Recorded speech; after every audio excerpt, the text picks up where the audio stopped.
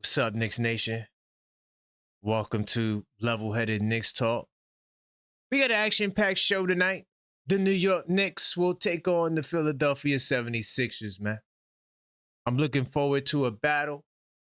I'm looking forward to the New York Knicks doing what they have to do to get the job done. I am very confident in the Knicks' abilities to win this series. There is no spooky in the wood energy. We know who we facing. They have Joel Embiid. They have Tyrese Maxey. They have Paul George. They have VJ Edgecombe. We're going to give you the blueprint of things that the Knicks should strongly consider to do. 10 keys to victory as the Knicks will take down the Philadelphia 76ers in 6 games. We're going to talk about this tonight on Level-Headed Knicks Talk.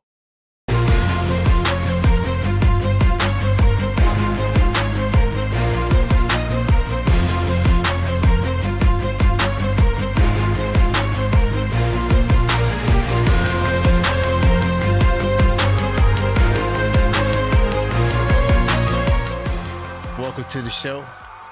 I am your host, Karan Pierre, the Objective Fan, and I'm straight out of Kings County, New York, city's finest. Man, you know the vibes. Tell a friend that we live, man. Hey, welcome to the show, y'all. Hopefully you guys are having a fantastic night. This is going to be the 10 keys to victory. And before we begin, we do have to address the proper formalities. We got to smash that damn like button.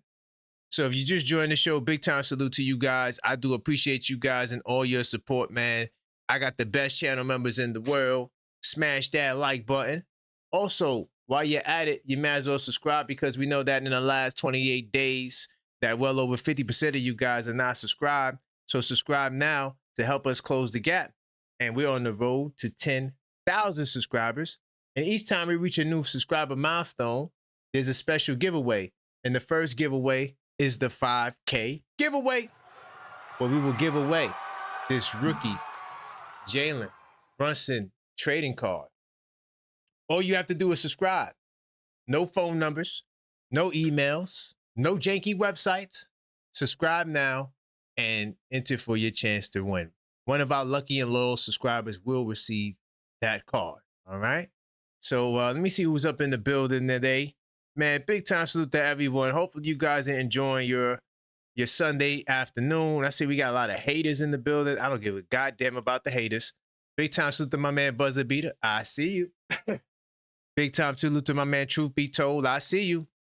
The Optimistic Giants fan. Big time salute. My man Rock ATL via BK. Big time salute. All right. Who else is in the building? My man T Moore, all right. Big time salute. J-Tap. I see you, OKF Nation. My man JJ, welcome to the show. All right. Big time salute to you, man. Who else is up in here? My man, well, pause. I'm going to say pause. Oh, Maxine, the super producer. Big time salute to Maxine. And Tugboat Taylor, I see you, OKF Nation, man.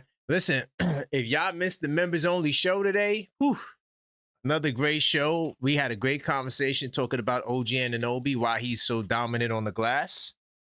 We confirmed the reasons. That was a good show. We also talked about Kendrick Perkins and his two-faced self. And we talked about, what else we talked about? Oh, rest, the value of rest in the playoffs. Okay. And so that was a powerful show we did earlier. Just to let you guys know, tomorrow is game 1 of the Knicks versus the Philadelphia 76ers in Madison Square Garden. So we will have the podcast that afternoon. And then in the evening time, we will have the game. And then after the game at night, we'll do where there's smoke, there's fire. Right after the game, win, lose, or draw. So big time salute to all of you guys. And smash that like button on the way in. I'm not going to keep you guys waiting too much longer. I'm going to jump right into PowerPoint mode. Man. So I got a nice little presentation for you guys tonight. I will be taking phone calls in the midst of the presentation. So what we'll do is we will do a couple of the keys and then we will get to your phone calls. All right. So let me just say this. My official prediction is the New York Knicks beating the Philadelphia 76ers in 6 games. My official pick. I really wanted to say 5, but what separates me from the average fan is I do a lot of research. Part of my problem is not the information. The easiest thing for me to do is get the information, and I watch a lot of basketball. The hardest thing for me to do is to condense the goddamn information. So, I find myself looking through a lot of information, and this time around, I just wanted to keep the 10 keys as simple as possible. I didn't want to go too much off the deep end. I just see so much connections, and I don't know if I'm gonna be able to, get through everything, but I'm gonna do my best to share all the information. I'm definitely gonna give you the entire 10 keys, but I definitely will do a good job of getting out as much good information that may be additional to the 10 keys. But in doing this research, I actually gained some respect for the 76ers because they were better than what I thought they were. They are no pushovers, just like the Atlanta Hawks. I don't think that the Hawks or the Sixers are that much better than each other. I think they're both in the same ballpark in terms of a quality basketball team. But I will say this. The 76ers have better star power, for sure. While the Hawks may have more of I don't even know. A better perimeter defense. I would pick the Atlanta Hawks defense ahead of the Philadelphia 76ers defense, 100%. But besides that, the star power of the 76ers probably would give them the edge in the head-to-head competition. But I will say that there is just a stark difference between how the 76ers play versus the Atlanta Hawks. This is going to be a different type of battle. The 76ers are going to require us to do things differently than we did against the Atlanta Hawks. And I'm curious to see the adjustments that Mike Brown will make. All right. So let me get to my introduction here. All right. Of course, it's NYK in 6. Now, just to give you some backdrop, during the regular season series, we split the series. And if you want, I could give y'all a really quick synopsis of the regular season. All right. I'm looking into the 82 nights right now. I got books and notes all over the place right now. I'm feeling like Master Miyagi, Stat Master Miyagi right here. I'm going to give you a quick rundown of the games just in case you may have forgotten. So in game 1 of the Philadelphia 76ers versus the New York Knicks, there was no Deuce. All right. And there was no Shamit. And on their end, they had no Joel Embiid. And they had no Kelly Oubre. And so Mitchell Robinson was super dominant this game. And honestly, this series, we're going to need a dominant Mitchell Robinson. He's going to have to come out and bring it. We all know about the issues that Joel Embiid and Mitchell Robinson had, where you can argue that Joel Embiid, could have, definitely shortened Mitchell Robinson's career with the ankle injury. So he played like a man possessed, but in game 1, there was no Joel Embiid. Mitchell Robinson had 21 and 16. I think that was Mitchell Robinson's best game of the series. However, we did lose this game, 116 to 107. The guards, Maxey and VJ. VJ had 26 points in his first game in Madison Square Garden. All right. And Tyrese Maxey had 30. we dominated the glass with Mitch, right? Plus 21.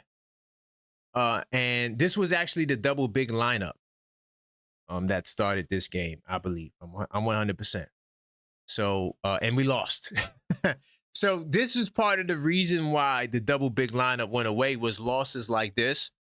The key to the game, though, was the minus 18. Well, not the minus 8, the 18 turnovers. We're going to talk about turnovers a little bit later.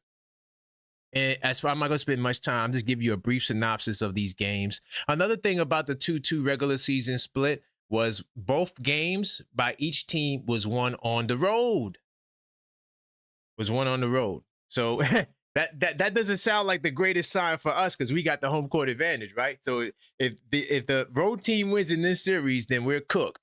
But I don't think that is going to work that way. There's no direct correlation between the postseason and regular season success. So what we have to do is look at the stylistic matchups and predict how they will fare during a playoff battle, okay? As far as game 2 against the Philadelphia 76ers, this took place on January 3rd, 2026. There was no Shamet, no Hart, and Towns was a game time decision. He kind of played hurt this game. The difference with this game was that Embiid played, and Embiid was very dominant. He dominated both Towns and Mitch. I believe this was the game. I'm just trying to stat check it really quickly. Oh, I'm not sure if this was the game, but there was a game in this series. It might not have been this one. It could have been the next one, because I don't see it in my 82 nights. But Embiid was very dominant this game. We definitely had issues with dealing with him this time around.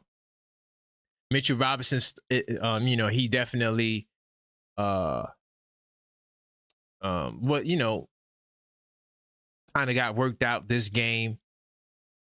But it was what it was. I'm trying to think of some other storylines. The 76ers dominated the glass this game. I'm going to talk more about that. And the Knicks, we didn't shoot well. We shot 43% from the field. All right. And we keep it pushing. I'm just trying to give a brief synopsis of the games. That's all. I'm not going to spend a lot of time on this. As far as the third game, which was on January 24th, 2026, no injuries. Both teams were healthy. And the New York Knicks were able to get the victory down the stretch. Now, once again, Joel Embiid cooked us. All right. He had 38 points. And, Big Bodega Cat definitely struggled this game. I believe this was the foul trouble game. I might have to stat check myself. I'm pretty sure this was the foul trouble game. But nonetheless, it was a struggle. And, we just weren't able to get it done. I got too many goddamn notes. So let me just double check. This was the game that Big Bodega fouled out. And Embiid dominated, but Mitchell Robinson redeemed himself in the later stages of this game after Towns fouled out, and he held Embiid in check. I don't think Embiid scored much in the fourth. I'm trying to remember the exact point count. I know he locked him down. Double big was a -1. Embiid had 28 points in the first half. He finished with 10 points in the second half. All right. And the Knicks dominated the glass. Towns kind of was hurt. He fell on his back. Towns wasn't really, he had some bad moments against the Philadelphia 76ers, but these playoffs will be different because he's healthy. But I just wanted to give y'all a brief snapshot of those games. And of course, the last game, what more do you need me to say about the last game? They didn't have Embiid, George, and Grimes. We didn't have OG and Deuce, but we smacked them. A historic beatdown. All right? A historic beatdown. Literally, we made history. The largest lead against the Philadelphia 76ers team, especially in Philadelphia, we blew them out by 49 points. Do y'all notice something there? Do you can make a connection? Didn't we just make history? So the last time we seen the 76ers, we made history. We made history the last game. What do you think is going to happen game one, y'all? What do you think is going to happen?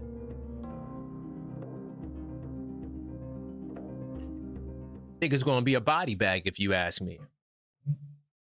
But nonetheless, I'm still going to, respect my opponent. I'm not going to just say we're going to sweep them or even the gentleman sweep. I'm being a little generous here. I was leaning towards game 5, but then in doing my research, I said, hey, this could go that many games. By the way, if you just joined, smash that like button as well. All right. And oh yeah, now the Philadelphia fans are gonna be here, but smash that like button, y'all. We're not gonna let them take over our chat. Smash that like button. You know what I mean? And to all the new people in the building, please be respectful because we will get you the hell up out of here. All right, we will definitely get you the hell up out of here. I see you, AP. they definitely gassed up. You know what I mean? They definitely gassed up, but we're gonna break them down. We definitely gonna break them down, and I am not concerned about these New York Knicks, not one bit. I think we're gonna be okay. All right, and hold on, I'm just trying to make sure I'm good on the back end over here. So I just want to make sure I can see, just in case any shenanigans. I know I got Maxine up in there. Who else is up in there? Is Figgy up in there? Oh man, chat is kind of lit. Okay. Yeah, don't let them go crazy, y'all. To all the mods, don't let them go crazy. All right, and salute to the people that's watching the game right now. I lost my parlay, so I have no care about that game. Right, so we here right now. We talking Knick business. All right. Let me get back to the PowerPoint. All right, I don't want to spend too much time here. I gave you out a rundown. Some couple of things I do want to address as well. We're talking about a 2-2 regular season series. Right now, the New York Knicks are favored. Now the odds can change, but we are favored to win this series. I believe it's minus 260. And in terms of game 1, we're -7 or 7.5. The odds, they definitely shift, right? But I'm just gonna let you guys know off the rip, in terms of net rating and defensive rating, the Knicks are the superior team if you want to go by those stats. I know, but it's the season. We're a better team. No, you're not, Philadelphia. In the last 28 games, you're 15-13. In our last 27 games, we're 18-9. We played better basketball towards the end of the season. Y'all were playing barely above 500 basketball. No wonder your series went 7 games.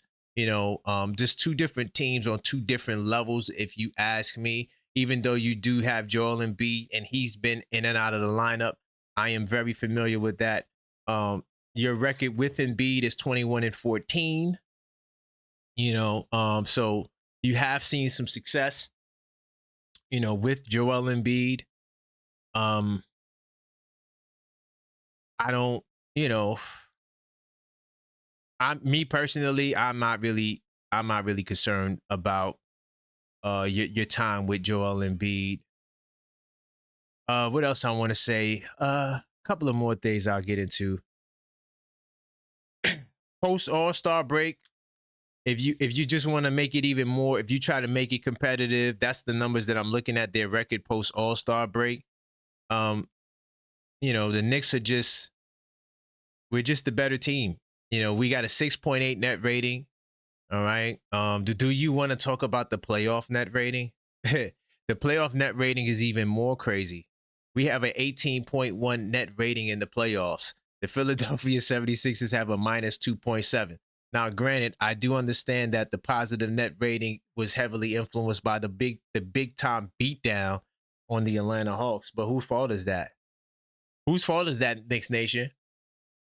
All right. But I don't fall in love so much with the playoff stats like that because it could change at a whim. But I'm just telling you the difference between the two teams entering each round. And also Philadelphia, to all the Sixers fans, you might as well subscribe because I'm gonna be your favorite channel, right? And after we beat y'all, you can hang out right here and just stay with us on the way to the championship. Or you can stay here and hate your way to the championship. It don't make a difference to me. Either way, we win the goddamn championship. We are the superior basketball team. All right?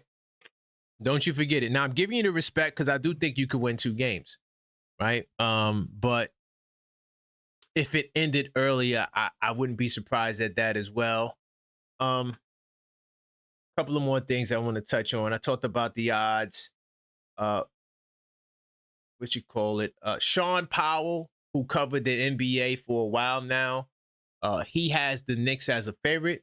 He's going Knicks in 6.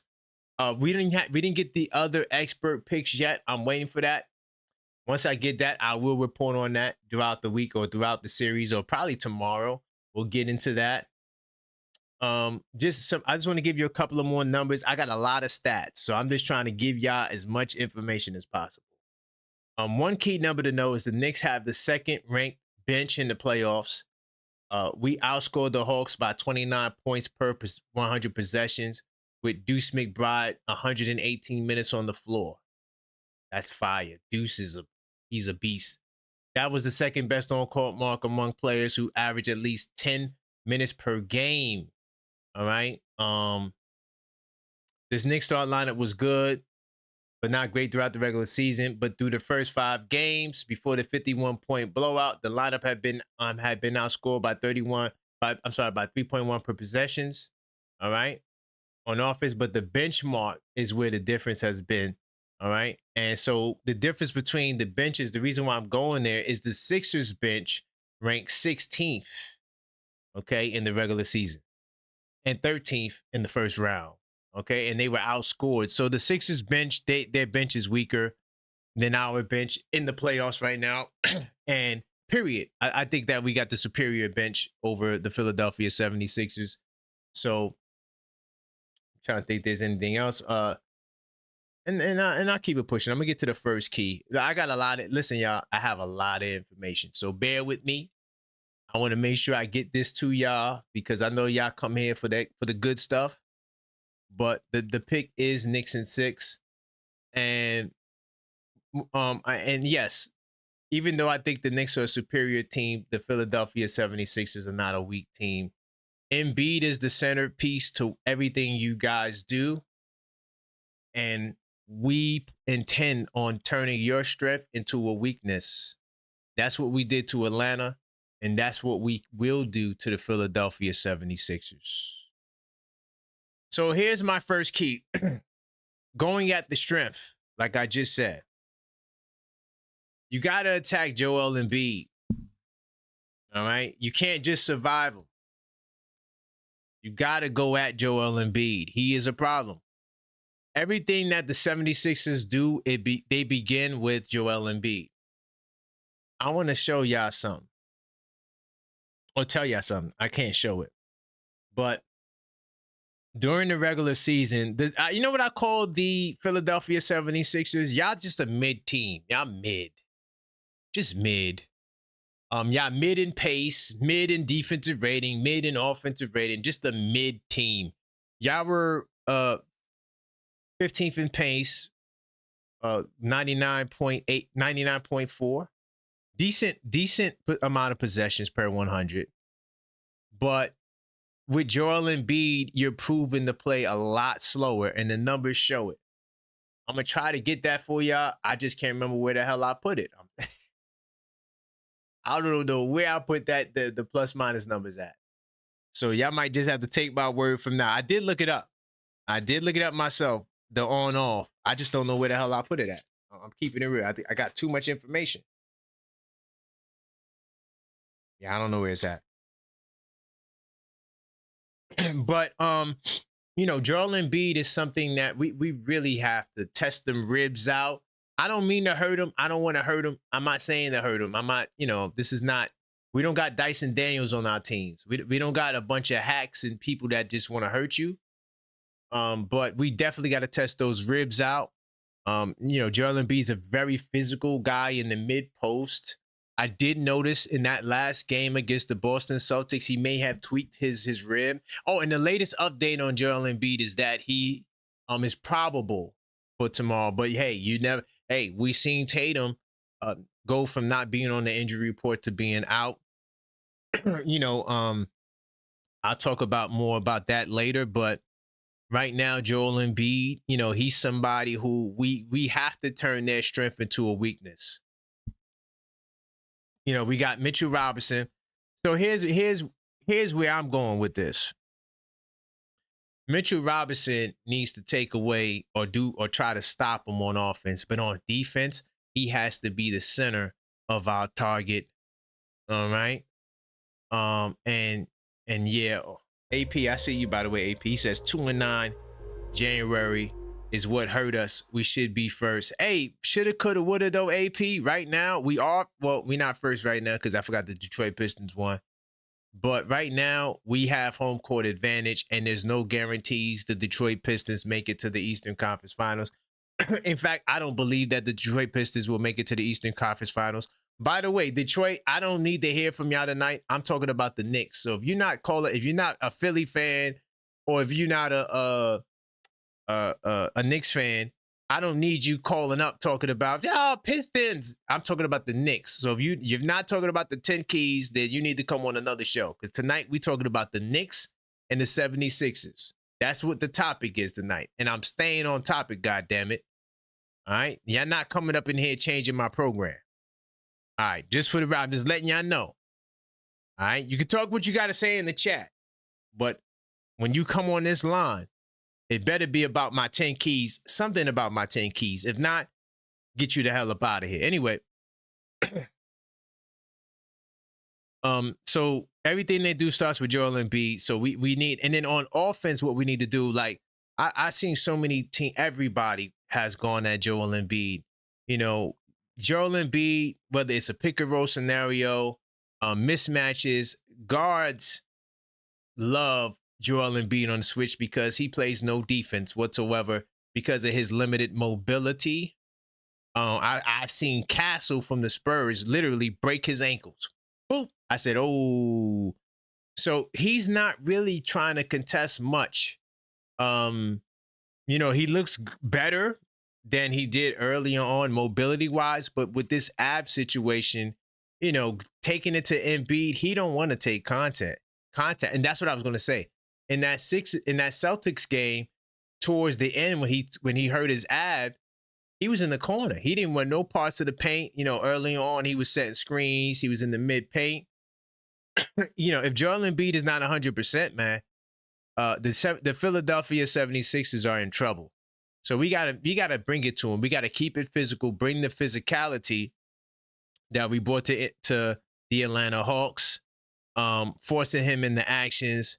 We can't let him sit back and relax. We got to make him play defense, even when Mitchell Robinson's on the floor. As soon as Mitch comes in the game, straight pick and roll.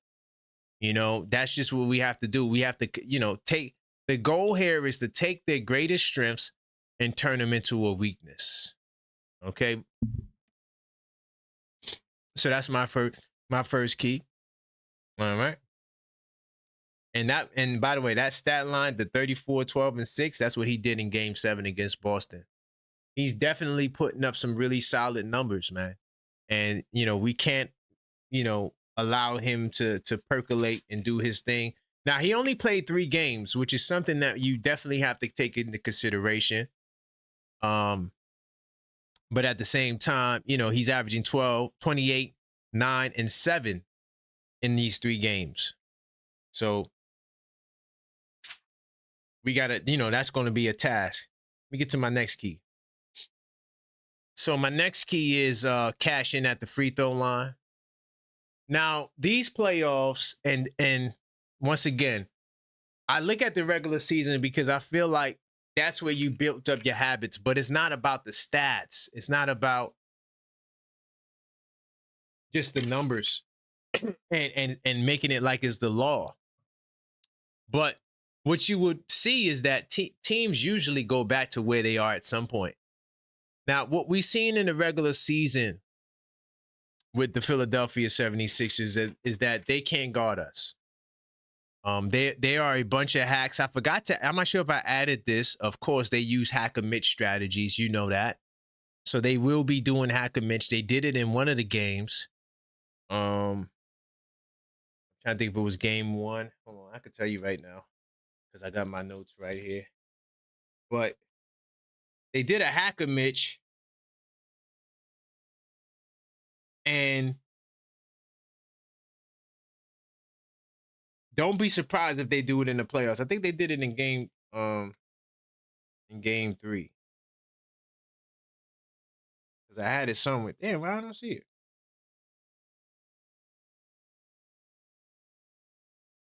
Weird. I literally just saw it right here. I don't know. One of the games they did a hacker Mitch. I just don't remember which game it was. So I expect to see that again. But Mitchell Robinson, man, you got to at least go 50% from the line, man. Like seriously, like you have to go at least 50% from the line. It's going to be very important to our success. One of the things about the Philadelphia 76ers is, and it's been a stark contrast, and I'm going to explain it. And this is why you can't look at stats without looking at the context. Because during the regular season, they were fouling at a 20 foul clip. They also were bottom 10 or bottom 20. No, the bottom 10 and free throws for opponents. They were giving up 19 free throws a game during the regular season. No, 19 makes and then 24 free throws. That's what they gave up during the regular season.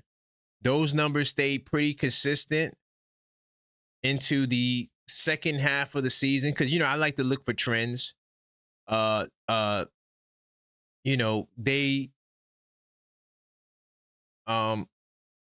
hold on, let me just stat check that. No, actually, no. So towards the end of the season, they actually began to do slightly. Okay, the numbers are the same. The numbers are basically the same. I don't want to make it too complicated. But in the playoffs, they are fouling less only because of the Boston Celtics don't really draw fouls like that. All right. So we have to get to the free throw line because during the regular season, they are some hack bandits. All right. And in the regular season, the least amount of times you went to the foul line is 25. So they've been fouling us, whether it's a hacker Mitch or just they just can't guard us. So we should get a lot of opportunities at the free throw line. And we had set that same success against Atlanta. Now, here's the thing. Atlanta is not like that. Atlanta is not a foul team. They're not a team that sends people to the line. But in the playoffs, we have gone to the line. If you just look at our wins against Atlanta, we went to the free throw line 34 times, 23 times, and 30 times. All right. So the free throws help fuel the victories because realistically, y'all, I'm keeping it real. We have an elite offense. We have the best offense. I know San Antonio is there, but right now, if you're basing it on the regular season ranking, we have the best offense remaining in the playoffs. We were the third-ranked offense. The first-ranked offense got eliminated, and the second-ranked offense got eliminated in Boston. So we have the best offense in the playoffs, okay? And the bottom line is this. We will capitalize and take advantage of these opportunities. And because we're so prolific and they can't guard us, they foul us. And, and that's what happened with Atlanta. They were in a position where they tried to increase the physicality, but all they did was just send us to the line, and we capitalized. Like I said, in those wins, we went to the free throw lines a lot. In terms of the time the games we lost, we went to the free throw line a little bit less, 27 and 20 times. So if Philadelphia brings the same level of physicality, we have seen the success with going to the line. So, Philadelphia, bring it on, baby. Bring it on. Bring it on, Philly. We want that physicality. We want you to send us to the line. Just don't hurt us, Joel Embiid. All right? Don't hurt us. God damn it, because you hurt. You know what they like to say? Hurt people like to hurt people. The free throw line is a major swing factor. Philadelphia's prone to fouls, right? Of course, you don't want to miss free throws, which sometimes we do go through those lapses of missing free throws. But I think we'll be fine. All right, and I'm gonna do another one. All right. So win the turnover battle. All right, win the turnover battle. Give me 2 seconds, y'all. I just want to check something.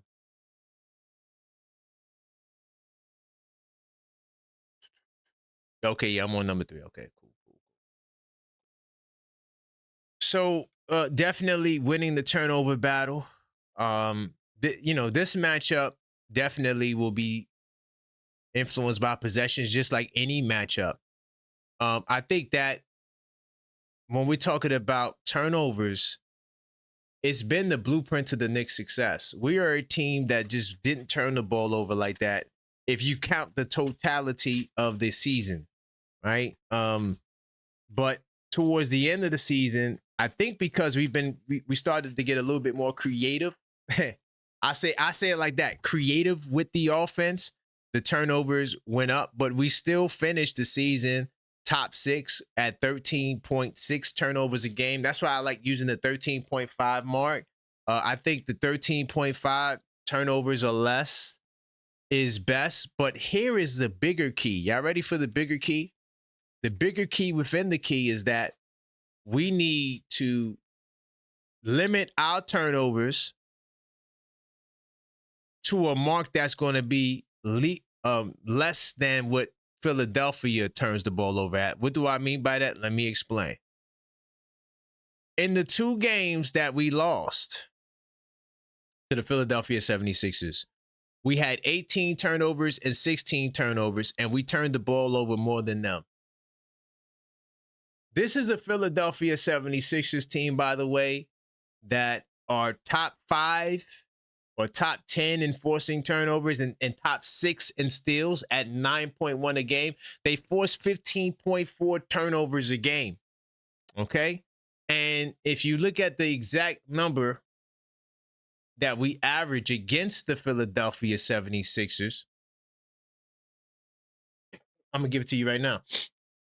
So we average about 15 a game. So that's on par for what they hold teams towards, which is still a plus point 1.4 higher than the amount of turnovers that we average. So the turnovers are going to be crucial, especially if they're getting out in transition as we've seen them do. And I got those numbers too. We definitely have to keep our turnovers to a minimum, because the Philadelphia 76ers are a team that likes to get out in transition. Against us in the regular season, they had 16.5 points off turnovers. In the second half of the season, all right, in the second half, which is beyond the All-Star break, the amount of points we gave up on turnovers is only 13.3. So the Philadelphia 76ers have done a great job of getting points off of our turnovers because we've been turning the ball over a lot.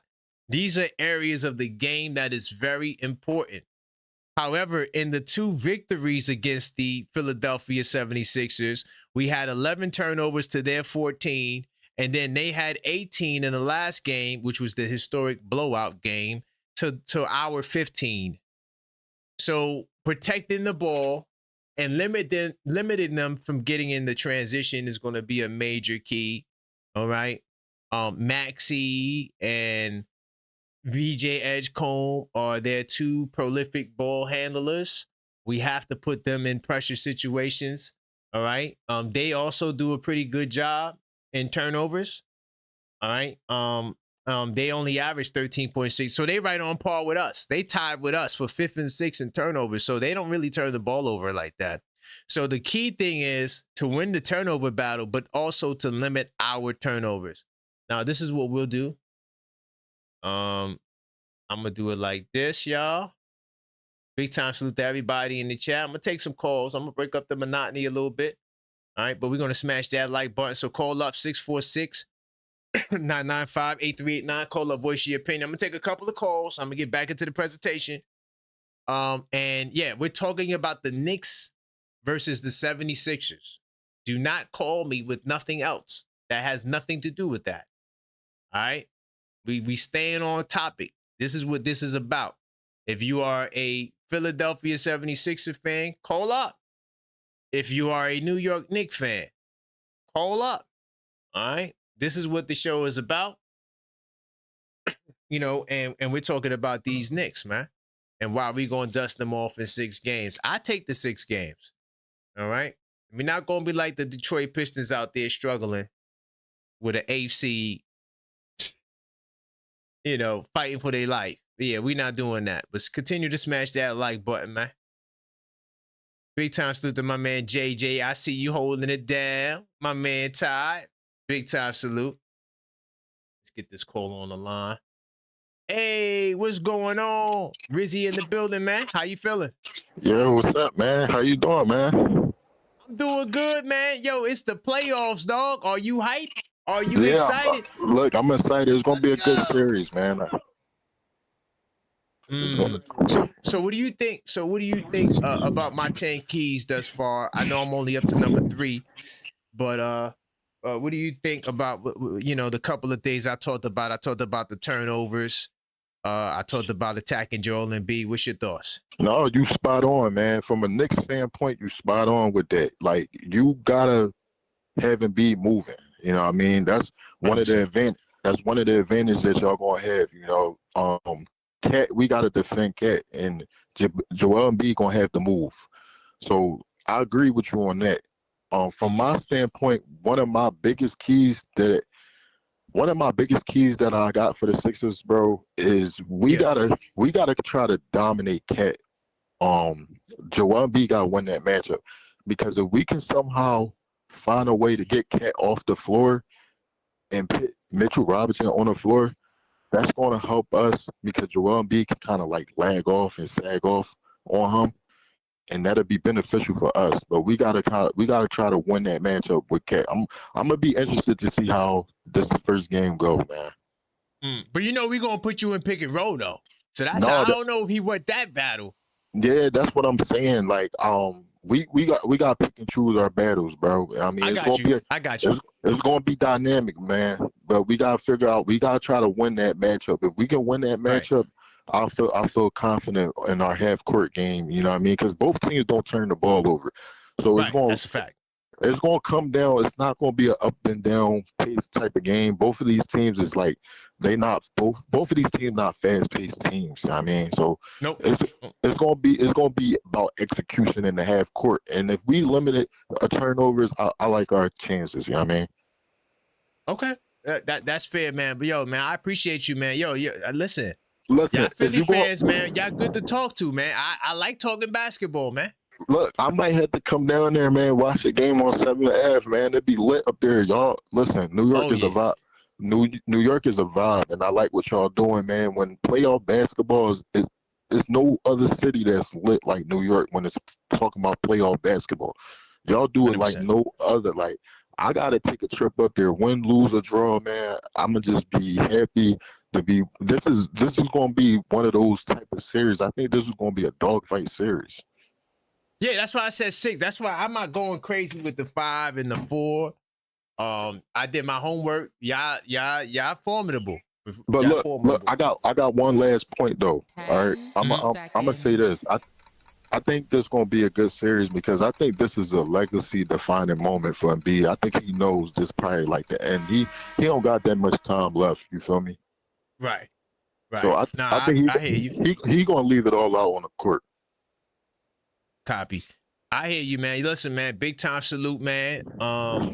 And yeah, we gonna see what's up tomorrow. Yo, you gonna call up tomorrow night? I'm live after every game. Listen, I ain't ducking. If we lose, I'm gonna be there, bro. Okay, big time. I All right, appreciate that. All right, big all right. time salute.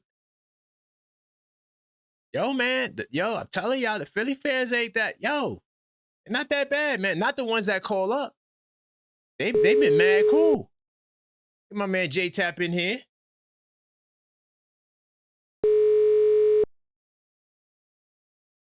Let's see if he answers. Yep. What's good, J Tap? I'm just chilling. How are you? I'm good, man. You know, I started off with the 10 keys, you know what I'm saying? You know, we gotta attack Embiid, you know. We gotta, you know, get it to the free throw line, you know, win that turnover battle. What's your thoughts? Hey, can I talk about something else real quick? I'm messing with you. I'm messing. I know you're okay if Nation Plus, but what else is there to talk about, guys? We're gonna talk about the Cavaliers and the Raptors? Nah, I'm just messing with you. But yeah, as usual, you're on point with the keys. And if the Knicks follow those keys, it's guaranteed victory. They better. And I said Knicks of 5. I said Knicks of 5. Mm-hmm. I said Knicks of 5. I wouldn't be surprised if they swept them. But other than that, I can't see no real reason why we shouldn't smack the dogs. The dogs. I thought the curse. I don't see no reason why we can't beat them. No, handily. I think it's easy money, in my opinion. That's pretty much it. I didn't go over my concerns for a reason. There are some concerns. I just got too much information, J Tap. But Yeah. you know, Embiid he's a problem. I ain't gonna lie. He's definitely a problem. He is balling. For real. Yeah. I think he's a problem, but I think Maxey is more a problem than Embiid. My personal opinion, but again, he gave us some work too. No, Maxey definitely gave us the work, but he did. I feel like Embiid he scores and Maxey passes too. But like he's scoring, passing, and rebounding right now. He looking like Cat out there. Yeah, a little bit. Who's their third option of Philly? Their third option is Paul George. Oh yeah, that's right. He hasn't been doing very well offensively, but his defense is immaculate. He looked really good last series. He's a really good defender, but like I said, I don't see no real reason why we shouldn't beat him at 5. You know. But are you gonna do a watch? I don't know. What are you gonna say? I was gonna say, are you gonna do a watch party? But you said you can't focus on a watch party. It's gonna be hard. I'm gonna try to do one. I'm not sure when. It's just, you know, and then we got the show after. You know, it's just. I'm gonna try though. I'm gonna try to get one in. And one more thing, if I go, that members only show today was fire. Yes. Fire. I know I'm in there and I don't talk much, but I like to hear everybody talking. Right. And do my driving around, driving all damn day. But I'm gonna let you go. Knicks of 5. And the chat is on fire. The chat is on fire.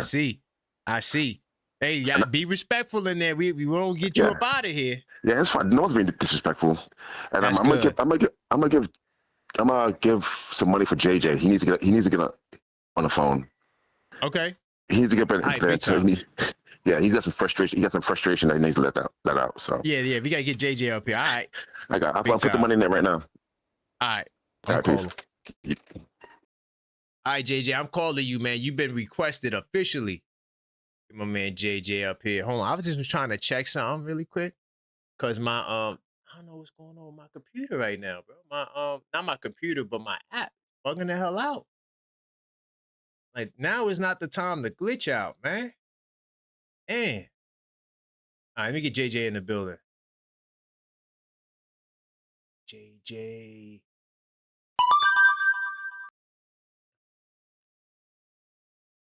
JJ. 646-995-8389 called up. I'm going through my 10 keys. I'm about to get into the next 4. Then I'm gonna take more calls. So if I miss your call, I will call back. Hello. Hey man, yo, you one of the most requested people, man. J Tap said he needs that JJ energy So we need you to bless us with the energy, man. What's going on? Listen, man. Yeah. So listen, man. Knicks are winning in 6. That's that's what I feel. Right. Yeah. So that's what I felt versus Atlanta. This is gonna be tough. I mean, Embiid is a matchup problem. Maxey is a matchup problem.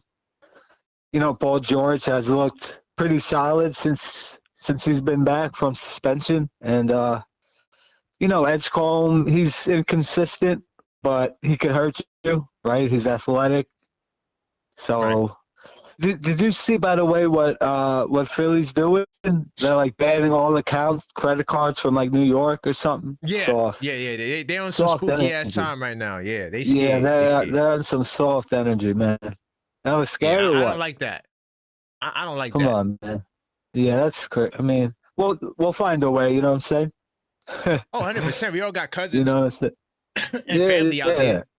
Yeah, exactly, We're man. gonna So, get in the building. man, do what you want. That ain't gonna work, man. So yeah, Knicks in 6, man. Like I'm not really worried, honestly. Like just because I say 6, that doesn't mean I'm spooky. Like nah, I just think. No. I'm saying 6. I ain't spooky. I ain't Okay, there you spooky, go. dog. Yeah, there you go. Yeah, Yeah, exactly. I ain't spooky. Yeah, and I feel confident about it. I feel confident we're gonna win the series. Yeah. You know what I'm saying? Yeah. So, I'm with you, man. Listen, we gotta go at Joel Embiid, make him work defensively, get him on the perimeter, barbecue chicken.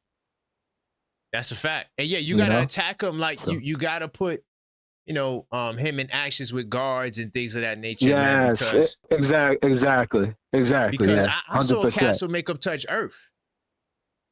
I saw it. Yeah. Castle made him touch Earth. He didn't want that. Yeah. Like, so from that point on, he was like, wait a minute. Hold on. Yeah, I gotta be careful out here. I hurt my ribs. Facts, yeah. Listen, matter man, of fact, that's how he hurt his ribs. Yeah. Nah, he's not. Listen, man, we got this series, man. So, yeah, all the trolls, man. I know we'll have Philly fans in here. Detroit, they came out of hiding. You know what I'm saying? Because we haven't seen these names in the chat in like 2 weeks. Oh, yeah, So, they spooky in the woods too, man. Now they want to blow kisses at other men. And, yeah, y'all was zesty, man. Like, and y'all was spooky because we don't see you guys when you lose. Get out of here, man. Like, I don't respect that. Y'all are weird. Y'all are soft. You beat Orlando. I could guard that team, man. And they didn't have their best player. Y'all been getting away with that all season. Yeah, I know. They happy to come back against an AC team. You know what I'm saying? But I don't even want to talk about them right now. This is our You're time. playing against Jalen Suggs. Jalen Suggs, man, get ready to learn Chinese, bro. You're awful. Jalen Suggs. Come on, man. Are you about to go to China? Yeah, get him to China, bro. Once I saw you can act. Yeah, I'm not man. sure if you was I don't on know the what's members worse, only his show. hairline. I don't know what's worse, his hairline or his jump shot, yo. Guy's sad out here, man. Crazy. I don't know, man. Oh my god. I don't know if you was on the members only show, but I missed it. Yeah, once I see Bane missed the layup, yo, I said this game is over. As soon as Bane missed the layup, to start the game, he had a layup and he missed it. I said, yeah, exactly. Banchero was the only one that showed up. Really, it was Banchero versus everyone else, pretty much for the most part. So. Pistons Yeah, congratulations. You guys won a round. You can throw your parade, and hopefully we see you. And what'll happen again, just like last year. So enjoy. Yeah, but let's not even talk about them because we're not even gonna play them, yo. So let's take on this Philly side. I don't want to talk about them at all. You don't think they beat Cleveland though? You don't think they would beat Cleveland? I got no faith in none of them. I don't even care. Right now, I don't care either because we'll smoke either one of them. We're gonna beat Philly, then we're gonna beat Cleveland and Detroit in 5. We'll pack them up, either of those up too.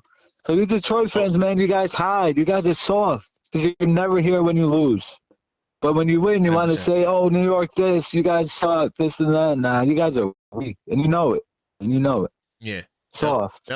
Let them be cheerleaders, man. We ain't got to worry about. Listen, we ain't talking about no Detroit. I don't need no Detroit calling because if you ain't talking about the goddamn Knicks, I'm getting you the hell up out of here ASAP. I love when you say, "God damn," I can't do it like you, but that makes me die every time. That's that Brooklyn right there, baby.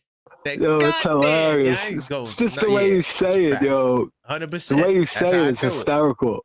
That's how I do it, man. That's how I do it, man. Bunch of cry babies out here. Yeah, yo, the other day we ain't seen them. We ain't see them when they were down 3-1. I was like, oh no. Exactly, man. Exactly. Miracle comebacks against an AFC team without their best player. Facts. Can't make it up. Anyway, man. But yo, JJ, I appreciate the JJ energy, man. Appreciate you, brother. Oh, yo, J-Tap said, yo, listen to what J-Tap said. He said, yo, this is for you.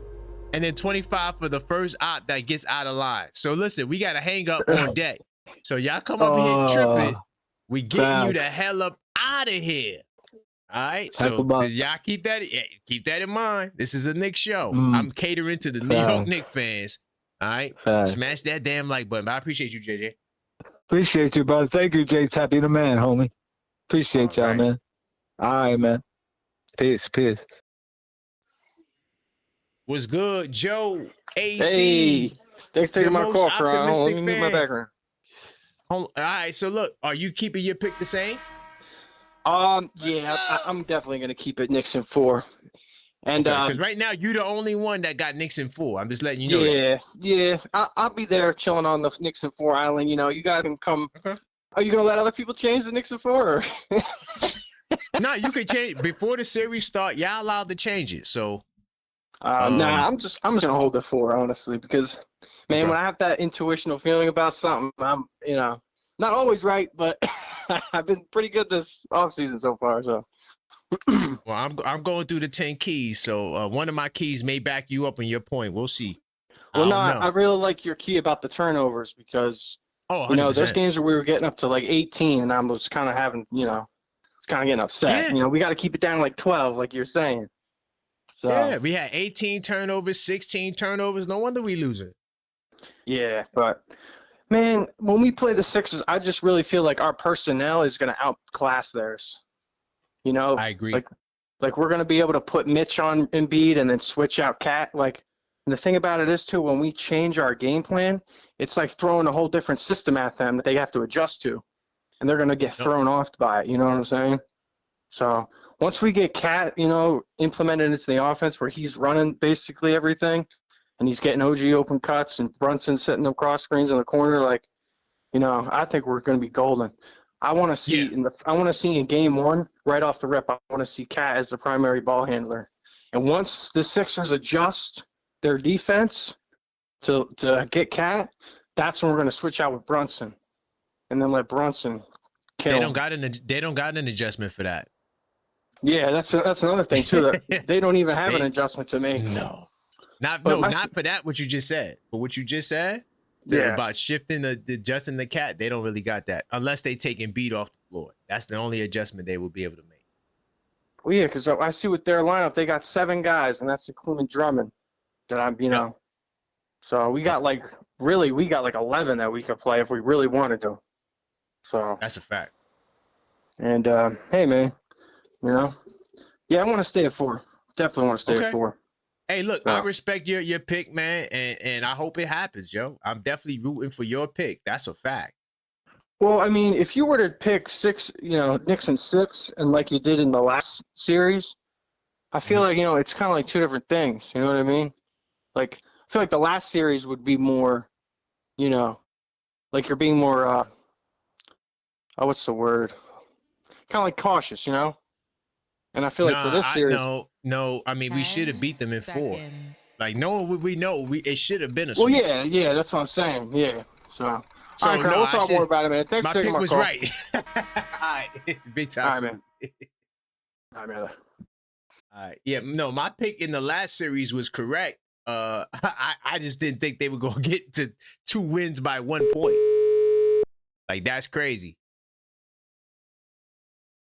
Hey, what's good, Tugboat? What's happening, KP? How we living, man? Yo, my parlay just it went up in flames. Yeah, unfortunately.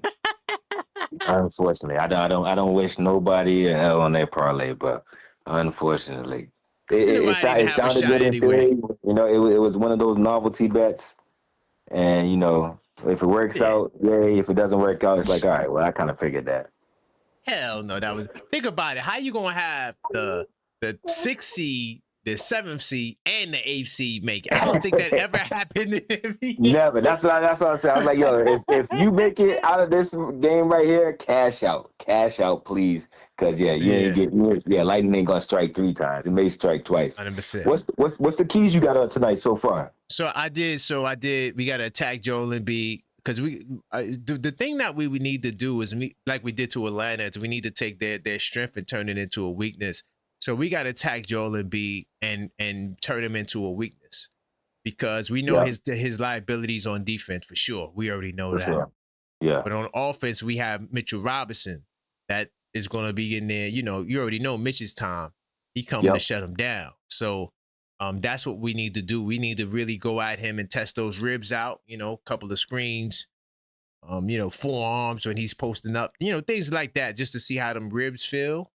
Yep. And then my other key was cashing at the free throw line. That's been a consistent key. Plus the Philadelphia 76ers in the regular season for sure were a bunch of hacks. And my other key was the turnovers. Winning the turnover battle because in the regular season, the team that had the least amount of turnovers won the game. So have you touched on Cat's whistle versus Embiid whistle? That's not one of my keys, but I will be talking about Cat. Okay, yeah, but that's kind of my keys right now. Is kind of like Cat's whistle. We've been blessed in the past couple games, or the last series and the games ending the season, where Cat's whistle has been fairly appropriated. But with Embiid and his extreme flopping versus Cat and his nonsensical fouls, I'm kind of concerned about that. You know what I mean? Like it plays against each other. Embiid's gonna flop. Cat's gonna do the stupid fouls. So is that gonna put us to Huck 40 minutes, Sohan minutes in the third quarter where we don't need that? I would love to see Sohan come out there, but the only thing, Sohan is too small. But you got OG as well. So you got variety. One thing we don't got is a shortage of guys. But we'll see. I mean, Embiid, he definitely killed us in the both games he played. I'm about to say, well, what about the previous? Do you remember when OG was checking Embiid? What was that? That was the last series we were playing against them with Thibodeau when we did Embiid. I mean the OG checking Embiid. I'd be curious to see if we bring that out too, because that was fun and it worked out. That's coming out. Yeah, that's definitely coming out. That was extremely fun, and it was cool seeing that. I didn't get to it, but OG honestly was fooled in the regular season to the Sixers, man. He was 1-2. He had a -10 net rating, and he was a -10. You talking about this season, right? I'm talking about during the regular season. OG Anunoby. This was one I didn't even talk about it because I got too much information. But OG Anunoby was a -9, and his off was a +14. He was it was nasty work. I was like, damn, this is. And we didn't even get blown out like that to the goddamn Sixers. So OG was getting worked out. We need that to change in the. We need to change that OG, phenomenon from the regular season into the postseason. That was during our time when we were still trying to figure out our big man strategy at the time. Because, like I said, when we beat them last time in the series, I remember I was, because my boy on the boat, he's a Philly fan, and I was like, yo. Not on OG, bro. I was telling him that the whole game. I'm like, yo. He's like, we got Embiid. I'm like, bro, Embiid ain't gonna do it on OG because we had OG checking Embiid, and OG was locking him up. I'm glad your man didn't know these stats. I'm glad he didn't. No. This is 2024. This ain't the new stats. So this is 2024. Yeah, this no. When I said last series, my bad. When I said last series, I meant last playoff series. So I ain't gonna lie. When I saw these numbers, I was shocked. Yeah, no, it shocked me too when I was watching it because I was like, yo, I remember OG locking up Embiid in the last playoff series, and it was fun to watch because I'm like, yeah, shout out to you, OG, because you just got here, I doubted you, and now we're in the playoffs, and you're locking up, an MVP candidate like Embiid, and it's fun. So I'm curious to see if they bring that out this series and let OG lock up Embiid again. So I didn't know if you had that on your table. The on-off for OG at a +14 off is crazy work, and the net rating for the team is a +8.3 against the 76ers. So the team was solid, but OG wasn't. And that's off of this season?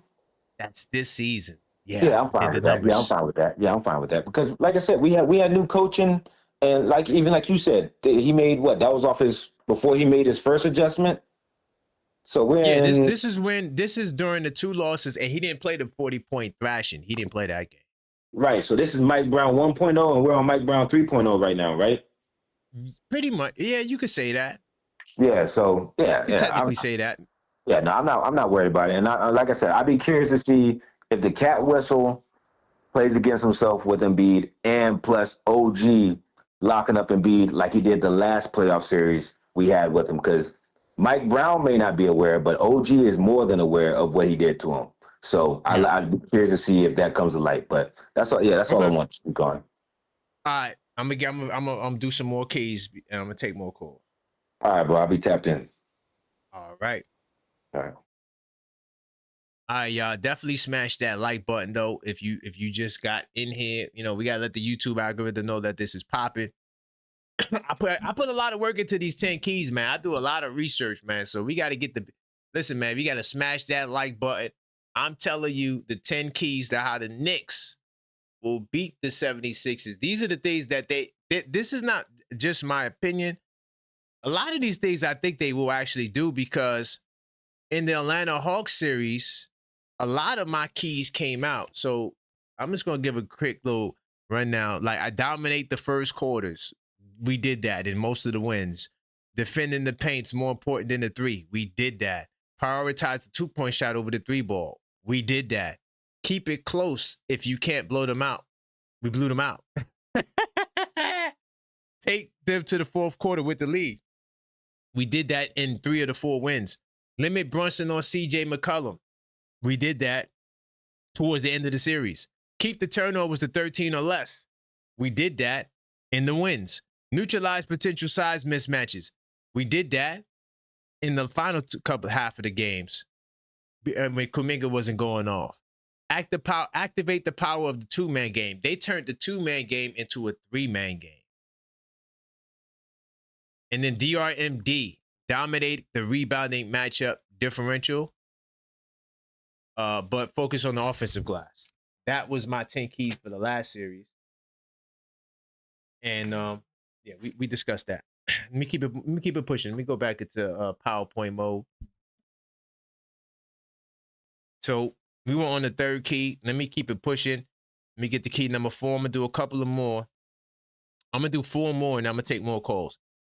All right, cool. So move the ball or die trying. Ball movement is going to be a key in this series. It really wasn't that much of a key in the last series, right? It wasn't that much of a key, but it is a key. And even in the final game of the series against Atlanta, we had 33 assists. We had 33 assists against the Atlanta Hawks during that final game. All right. So the Knicks, sometimes people complain about Jalen Brunson dribble, and the offense is stagnant. All right. The ball needs to move this series. It didn't move as much last series. That's a different matchup, a different team, right? You want to shift the defense, of course. The Philadelphia does not have the same level of defense as the Atlanta Hawks.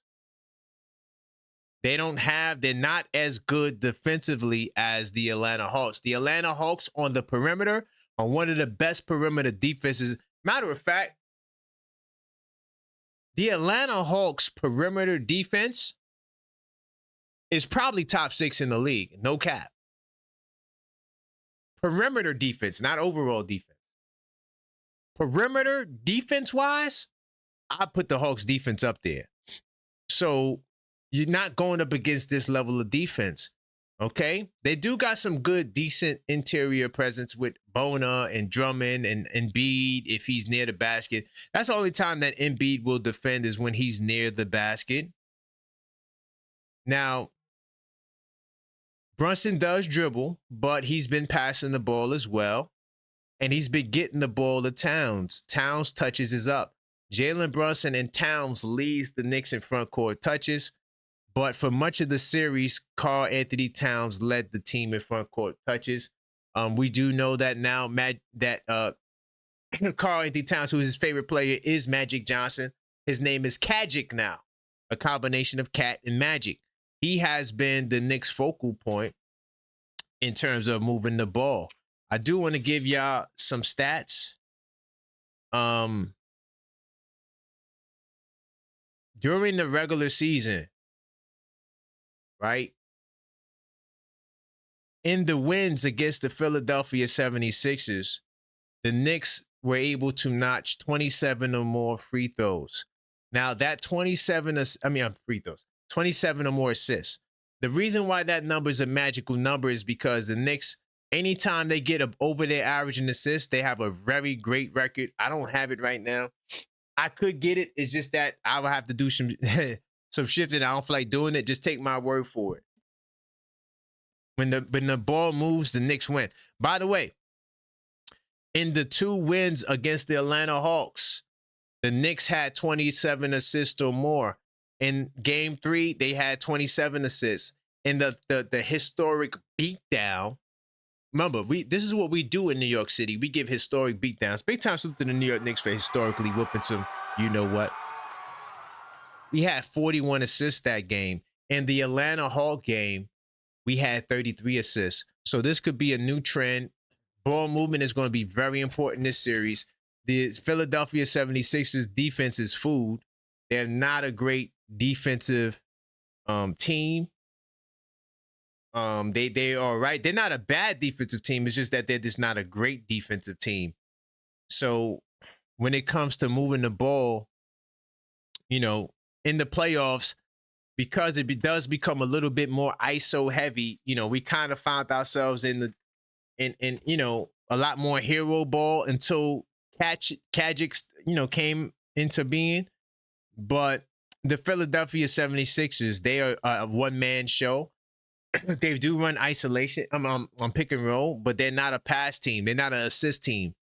They get it out the mud. That's how they do it. They got a lot of guys that don't just spot up. They like to create after the catch, whether it's Maxey, whether it's VJ, whether it's Paul George. This is what you have to expect from the Philadelphia 76ers. Now, to be fair, Joel Embiid kind of looks like Cat in the last couple of games for Philly. He's been moving the ball and dishing the ball, leading the team in assists, and he's averaging 7 assists in the playoffs. But we see Karl Anthony Towns having a career high in assists right now. 6 assists a game. Kajic needs to continue to be there, even if he decides to score more. Okay. Now, OG Anunoby and Towns did not have really good regular season series against these guys. So if I am Towns and if I am OG, I would be looking to, you know, to go get busy. All right. Because like I said, and I could get the numbers for you. During the series matchup, you want to know, guess who led the team in points during the regular season? Take a wild guess.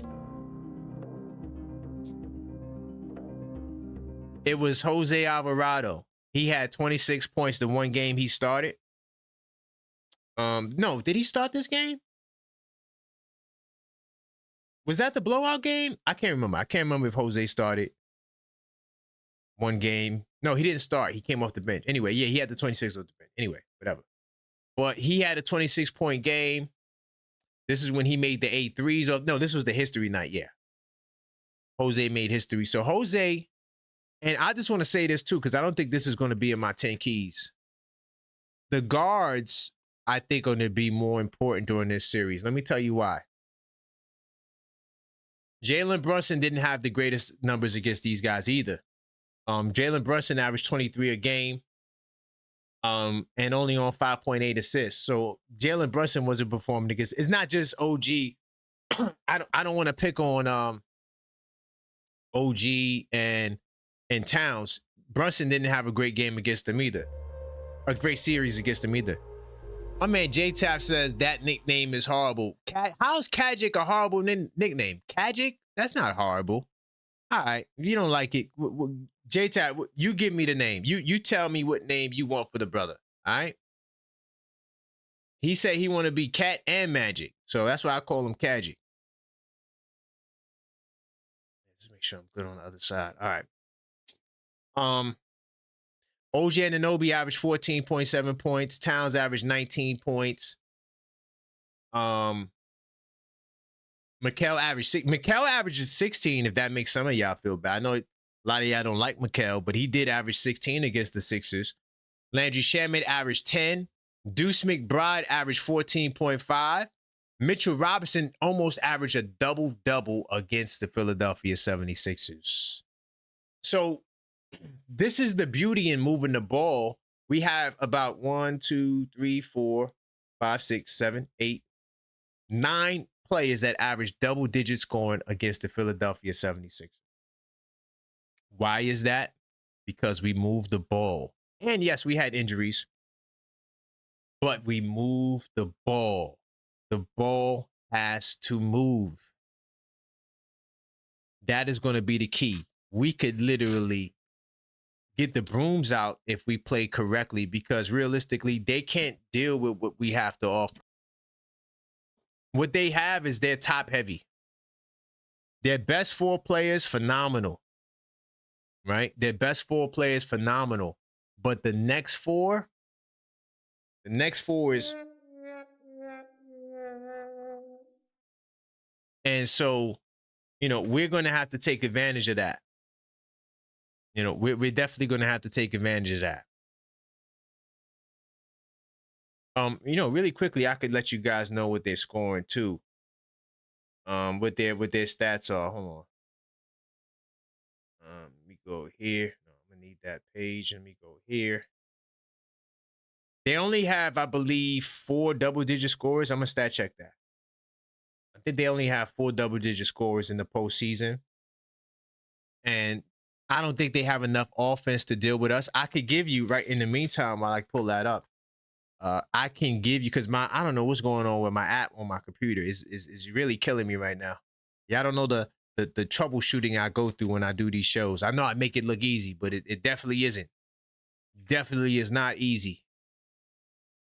So against the Boston Celtics, who do have a top 5 defense, I can't remember what number they were, but they were a top 5 defense. The Philadelphia 76ers are averaging 103 points in the playoffs. They're not getting a lot of production from their guys in the regular season. I mean, they were like mid. Like I keep telling you, the 76ers, when we talk about them, they are a mid team. They're not elite at really much besides forcing turnovers. They do a really good job at that. And they like to get in transition, but Joel Embiid, he slows them down. He definitely slows them down. Yeah, they only have 4 double-digit scorers in the playoffs. Joel Embiid, Maxey, George, Edgecombe. That's it. Kelly Oubre averages 9.3 points. He's close to 10, but he's not quite.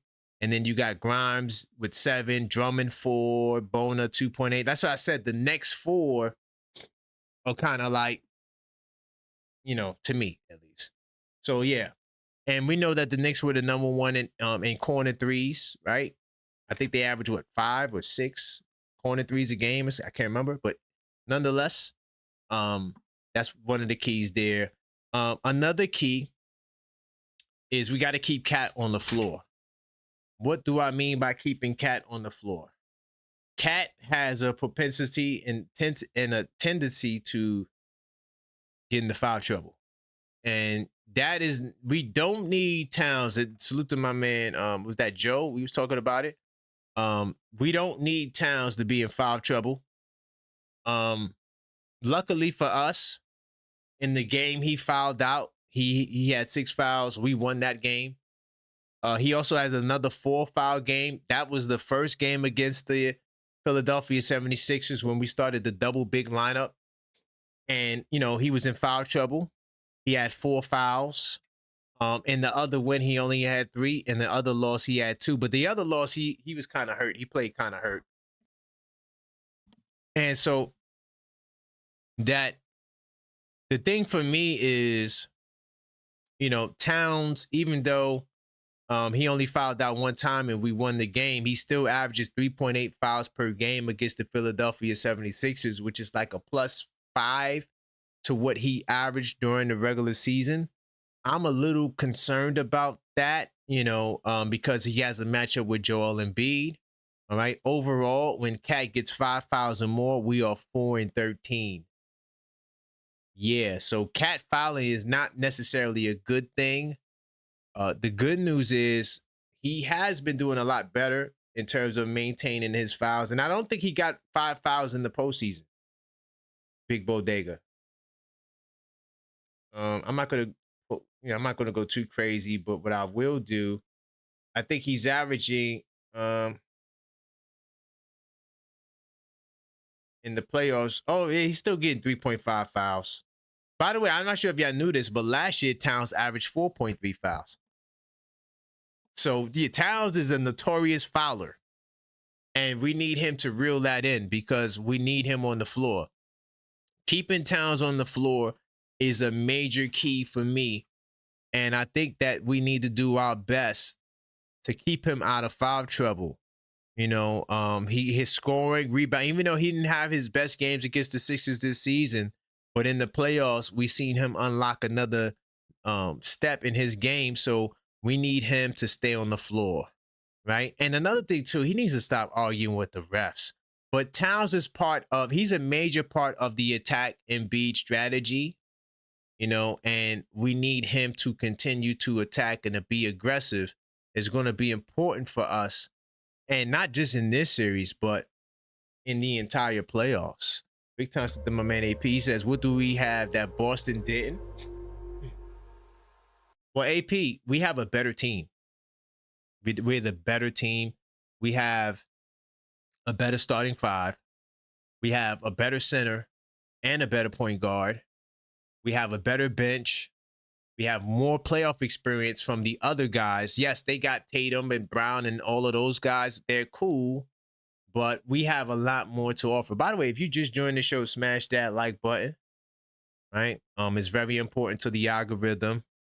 Another thing that we have too, AP, we have Karl-Anthony Towns who can challenge Embiid. They don't have somebody who can challenge Joel Embiid. So yeah, they got talent, but they didn't have the right mixture of guys to handle or neutralize Maxey and neutralize Embiid. I remember that Maxey literally did a move. No, not Maxey. It was VJ. Did a move, what was it? It was in between the leg, or it was some type of sidestepping move that was fire. And Brown got caught like this. He got stuck. I thought it was 2K for us. I say, is this NBA 2K? Brown literally went like this and got stuck. Like a video game character.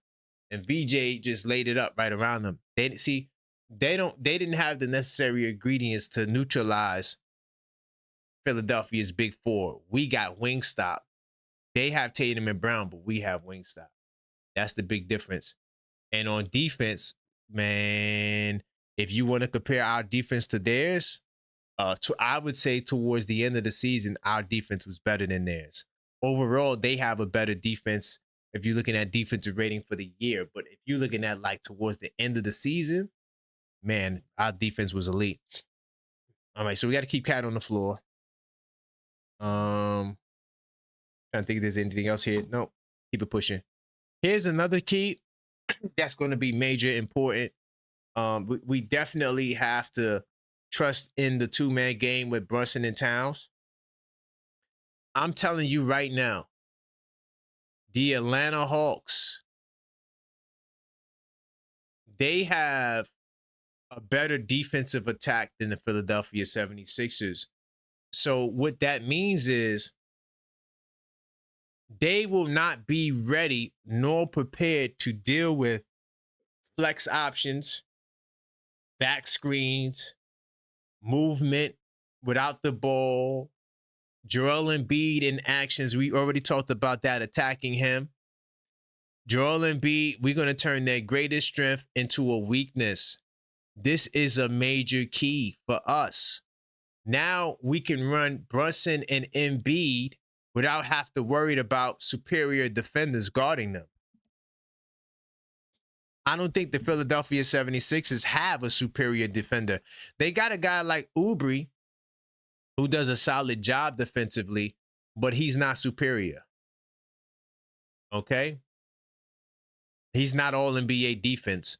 Paul George is somebody that was a capable defender, but he's a lot older now.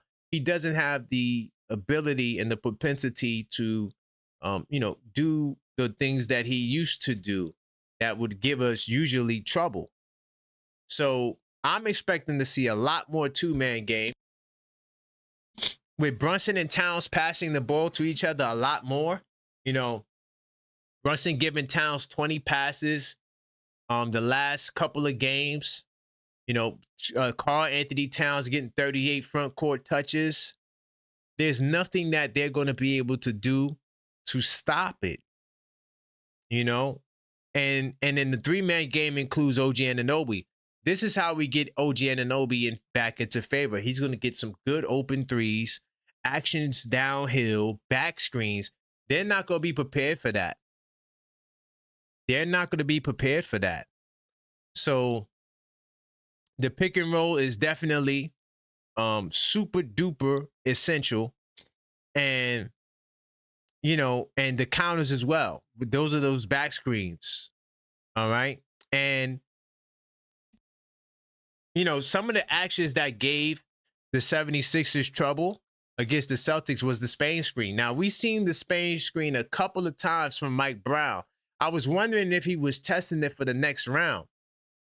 But the good news is the Boston Celtics had a lot of success on the Spain screens, and the Philadelphia 76ers were lost, man. And this read and react system is going to give the Philadelphia 76ers a lot of trouble. Remember, in the only game during the regular season when both teams had no injuries, we wind up pulling it out down the stretch. That was the third game of the season.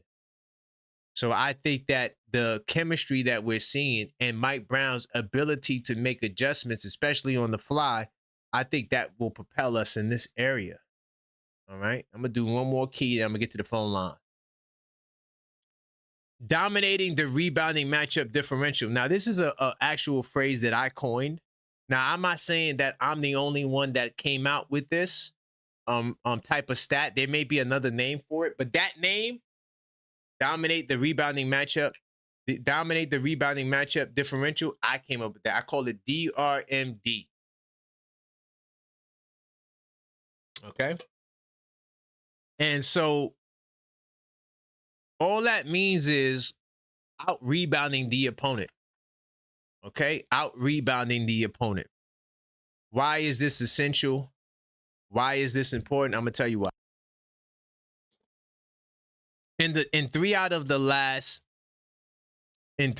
the 4 games against the Philadelphia 76ers during the regular season, we destroyed them on the glass. I mean, one of the games that we lost, we had a 21 rebound advantage.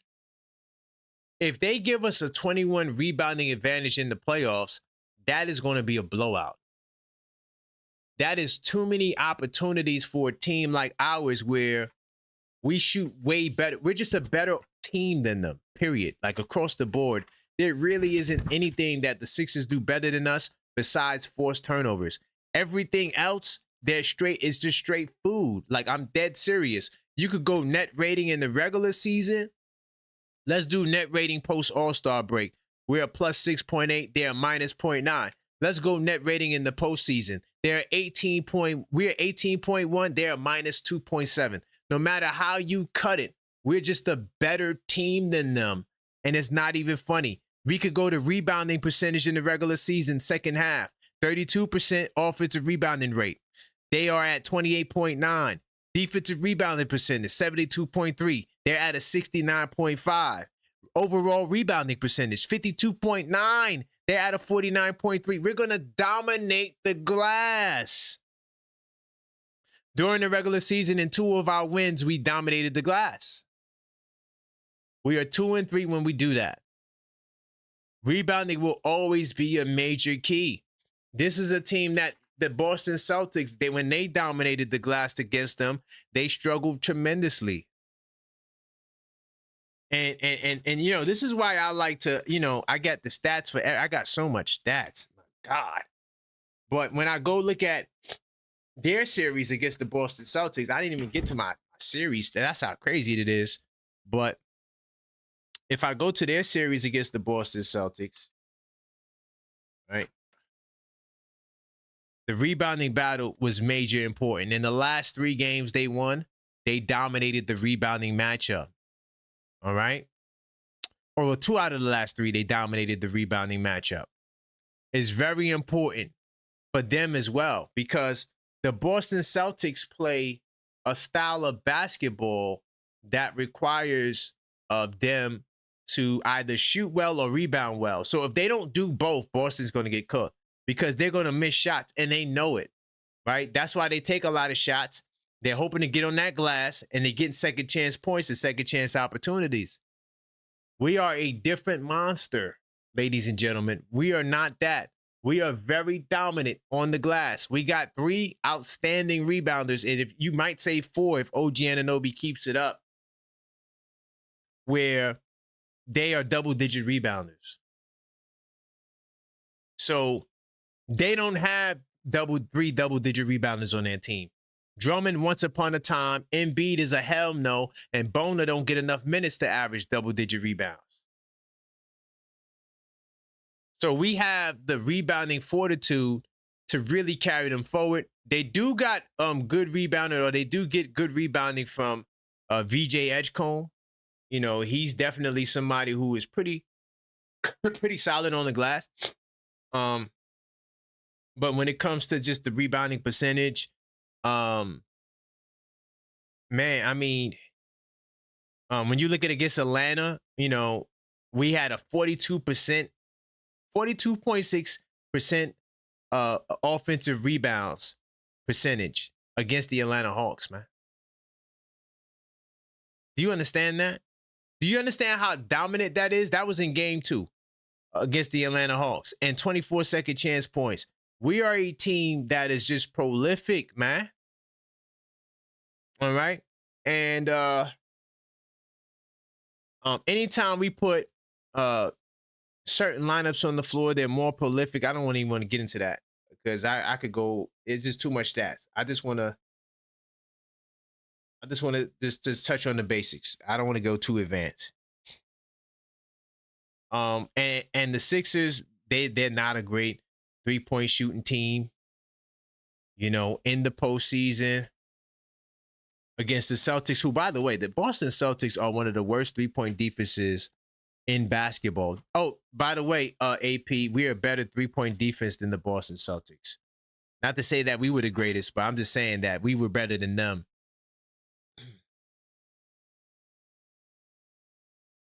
In terms of the Philadelphia 76ers 3-point percentage in the playoffs, guess what they shot? 35%. That's light work. A lot of, I ain't gonna lie to y'all, man. I'm not gonna be cocky and say Knicks in 4 or 5, but if it does happen, there's an argument for it to happen. But I think that Embiid is a problem, and I don't know if for all the games we're going to be able to turn him into a weakness. So maybe 2 games get by. That's why I'm giving us 2 games of wiggle room, and we'll see what happens. Let me get back to the phone line, though, 646-995. I'm going to take a couple of more calls, and then I'm going to get back to my keys. But listen, we talking about this tonight. We're not talking about the Pistons and this and Cleveland. We're talking about the Knicks. So if you want to talk about the Knicks and the 76ers, call up. You could be a Sixers fan, whatever fan you want to be. Just make sure when you call up, you want to talk about these Knicks. What's going on, Ty? Yo, what's up, fam? Hey, man, nothing much. Just going through my keys, man. You know, breaking it down and you know, sharing a lot of information. You got any thoughts on the keys I just went through? Turnovers, anything? What else we talk? Towns, foul trouble. dominating the glass, two-man game, three-man game? Nah. Ain't no Towns, foul trouble. All that is shit that's in the past. Excuse my language. Mm-hmm. Ain't no struggling with rebounding. Ain't no struggling with defense. Hell no. There's no struggling with offense. See, the problem is people can't really believe that we on this type of level. That's the problem. The problem is y'all can't believe we on this type of level. Stop coming in the chat talking crazy. Show your face. Show your face. You got Philly in here. We're going to turn the Philly cheesesteaks into a New York chopped cheese. Stop playing with us out here, man. We for real out here. We for real. That's the problem. We can't compartmentalize with the Knicks. We have unlocked another code. The code is you cannot defend us. You can only hope to. Yep. You can't do that during the playoffs because you're not prepared to do it. So now what do? You have to just take what we allow you to take. Maxey, VJ, let me tell you what's going to happen.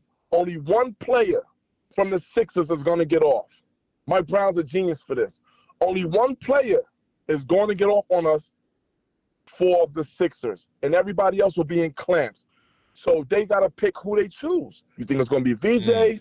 You think it's going to be Embiid? Or is it going to be Maxey?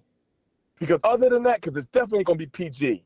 Because other than that, that's it. That's all we're offering you. We have not let two people get off on us yet. CJ was the only one who got off on us with Atlanta, and look what he did. He won one game by himself. Yep. We're not playing with nobody.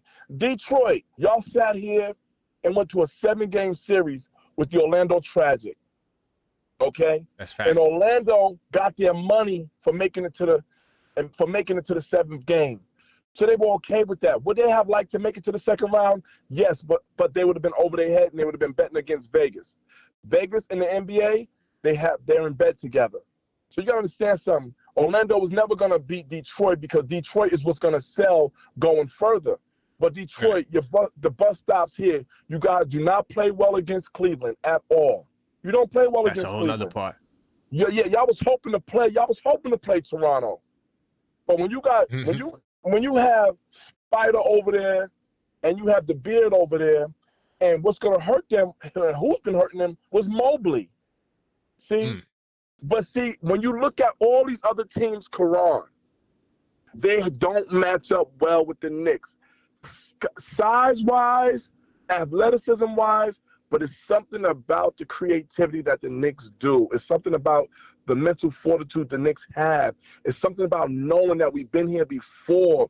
You cannot teach that. You can't coach that. That is experience. And this is why the New York Knicks is now probably to the finals will have home court advantage, man. And everybody's in the uproar. Everybody's mad, man. I don't want to hear about nothing about no daggone regular season. We didn't play hard in the regular season. And we daggone sure didn't run nothing through calling. If you're going to go to the precursor from in the past, Towns wasn't even in the best position for his skill set. But now you've seen it. They don't know what they're getting from Karl Anthony Towns.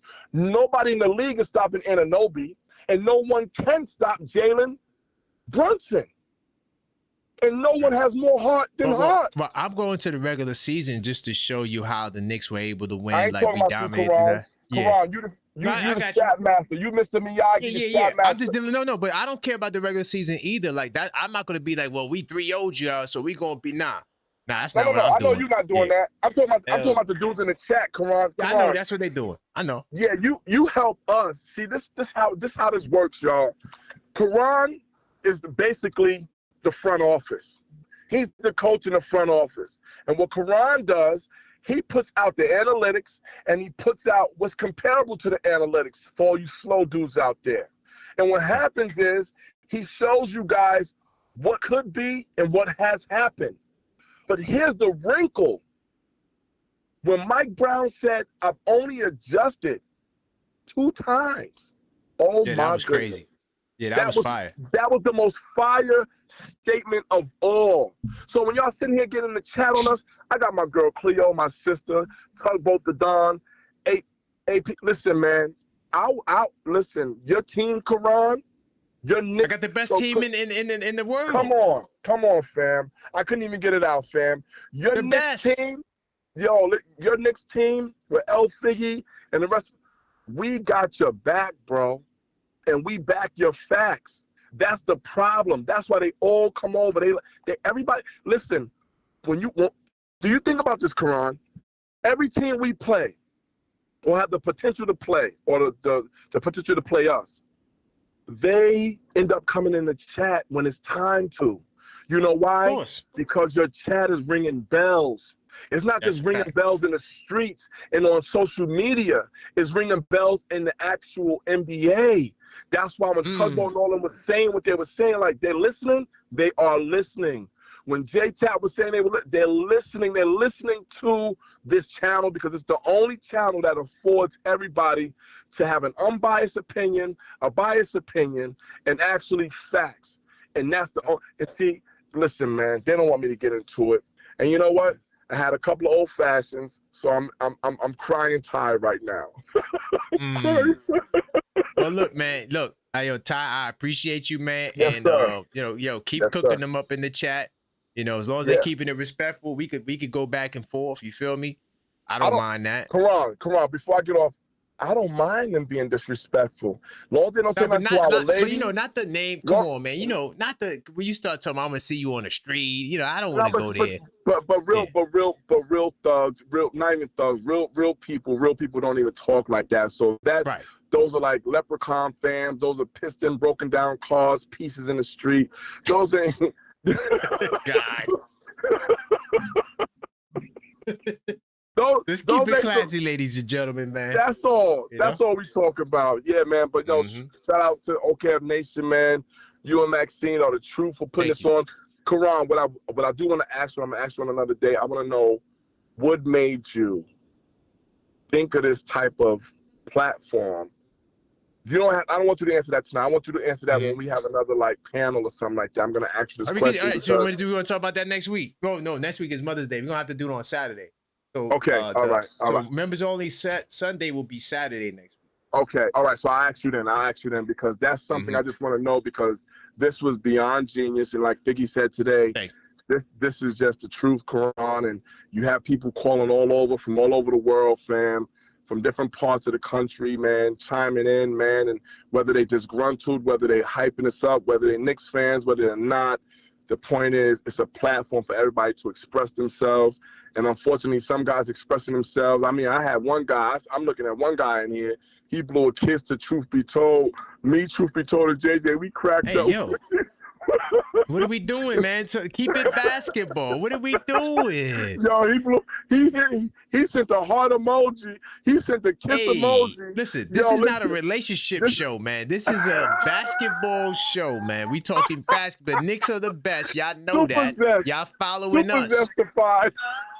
We the ones, we trailblazing right now. Y'all all following us. We gotta relax. That's a Fendi factory. Okay, I'm out of here, man. Thank you, Ty. All right, family. All right. It's my man Ty, OKF Nation Plus, man. Listen, we got the best channel membership in the world. 100%. Best members in the world. 100%. If you missed members only Sunday, man, you missed out. Oh, and we did the watch party last night. It was fire. Yo, the watch party we did last night was so fire. Yo, I hadn't had that much fun watching sports, man, because we also had the boxing fight on. It was crazy. I definitely would like to do more shows like that, but we'll figure it out. But continue smashing that like. But I'm gonna wrap up these keys. Only got a couple of more to go, so might as well knock these off. So this is something that I got from the last two points, a couple of points. No, well, really the last 2 points I got from the last series mainly and the regular season, because this has been the bread and butter, y'all. The paint has been the bread and the butter. Last series, I told y'all we have to worry about the 2-point shot more than the 3-point shot. This time around, owning the paint is a premium because the Philadelphia 76ers, while they're not they're not trash when it comes to defending the paint, I just wouldn't say I don't think that they're an elite paint defense. They got solid guys. They got solid big guys. Drummond is solid, for the most part. And Bona is very active, but he's just foul prone. And this is another way that we can draw fouls is by getting to the foul line, because the Philadelphia 76ers, they're a bunch of hacks. That's a fact. I'm just keeping it real. They're a bunch of hacks.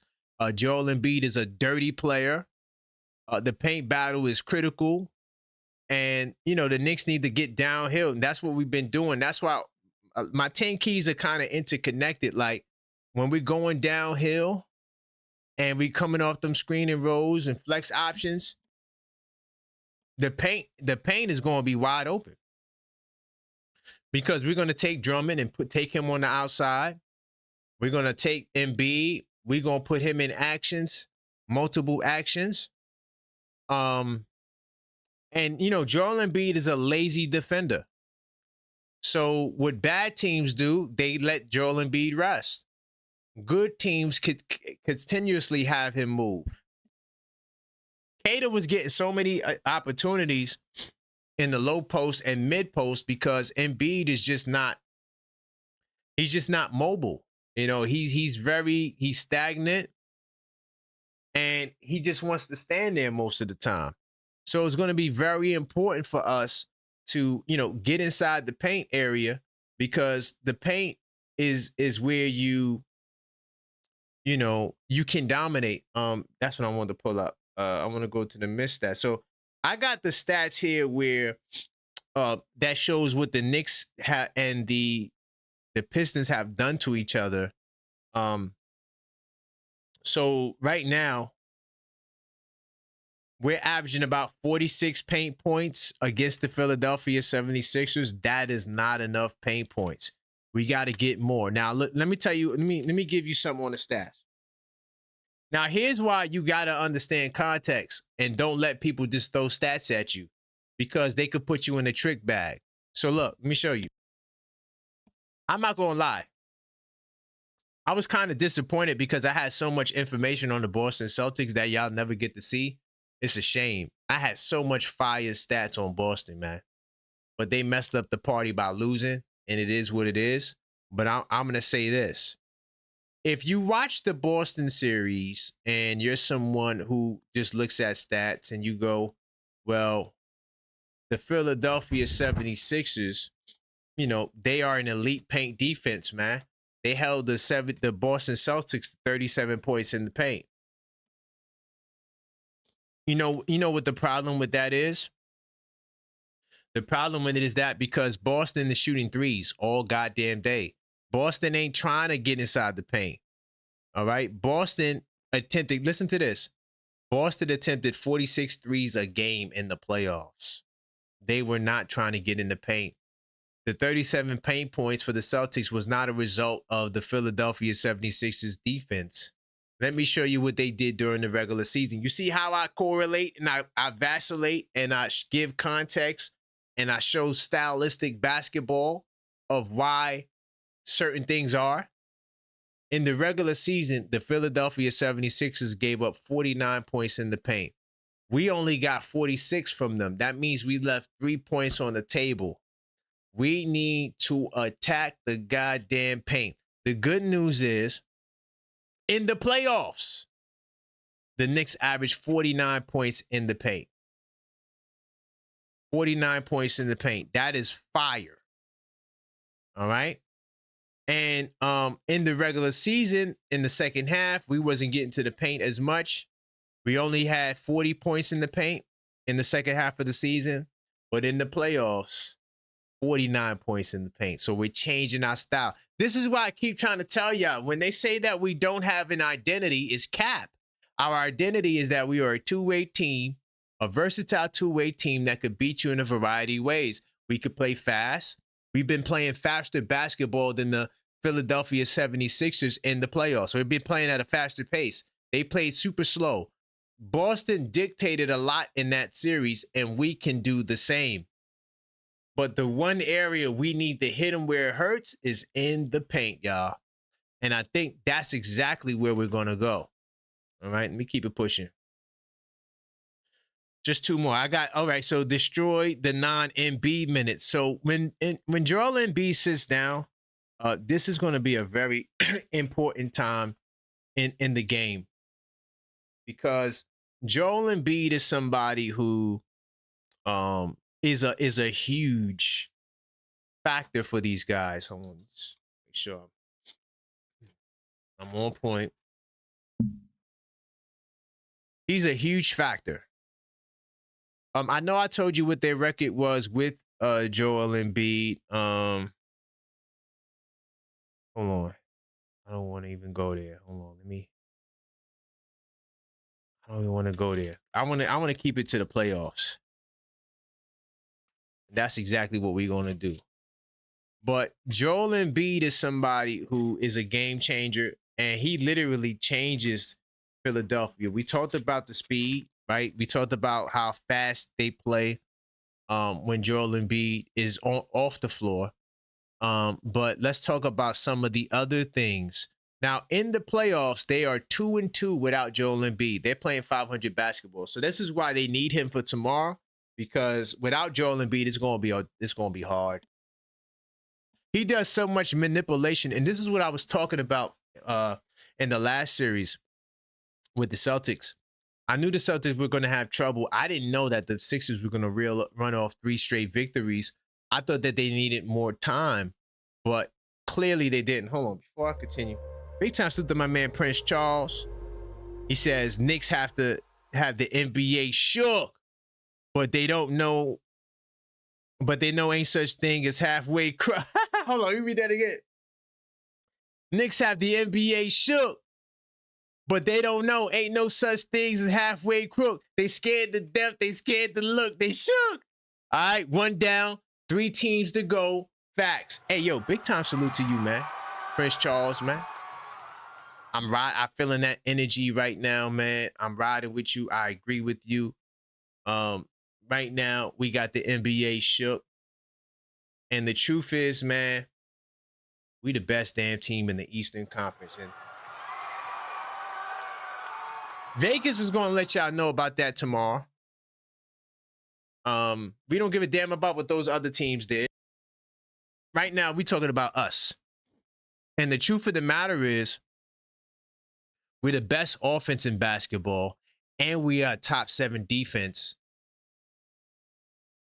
I know San Antonio's there. I know OKC is there, but we might be the best two-way team left in basketball, too. I might even take that debate if somebody wants to debate that. You talking net rating. You talking what numbers you want to talk about in the postseason. We the kings of this. We're clearly the best team in the East, and it's not even close right now.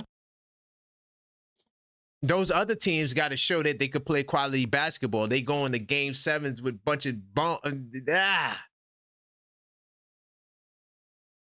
Philadelphia is the most impressive other team in the East to me right now. Right now, the Philadelphia 76ers are the second best team in the East behind us. Those other teams, they're trash.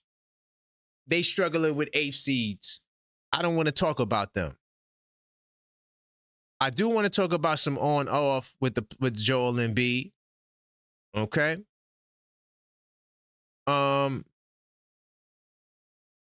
So in terms of net rating, when Joel Embiid during the regular season, when he was on the court, they are a plus 5.8 net rating. When he's off the court, they're a minus 2.8. Joel Embiid is important. He's crucial for the Philadelphia 76ers. In the playoffs, Joel Embiid is a plus 2.8 net rating. Y'all ready for what he is without him? I ain't want to play that. Listen to what they are without him. They are a minus 6.7. So when you look at that injury report and you see Joel Embiid out, you're going up against a Sixer team that is incomplete. They are at their most dangerous when Joel Embiid is there. And the only game they lost with Joel Embiid, that was his first game back. And he still had a good individual game, but from a team standpoint, they had a hard time adjusting. That's why the Boston Celtics are trash. They are trash. How you lose to a team that's just getting their best player back and they still trying to figure out how to play with each other? What are we talking about here? Now here's where it gets tricky, y'all. Y'all ready for this? This is why you shouldn't get your behind whipped in a historic fashion. Against the New York Knicks, Joel Embiid's net rating is a plus 5.7. When Joel Embiid is off the court, y'all ready for this?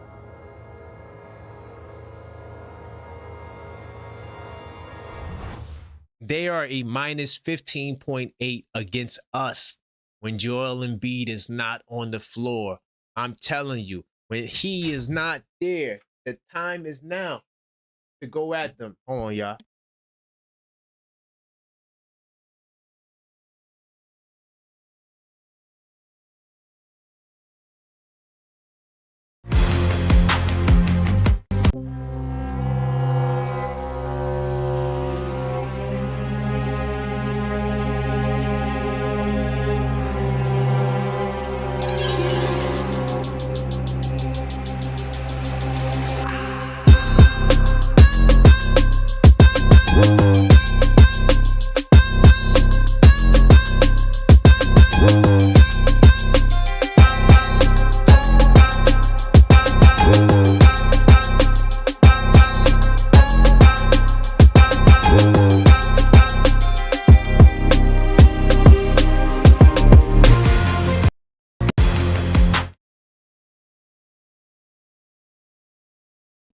Oh, man. I had to do something in the crib really quickly. My fault. I'm back. Y'all still here. Whew. Hold on. Let me get back to where I was at. So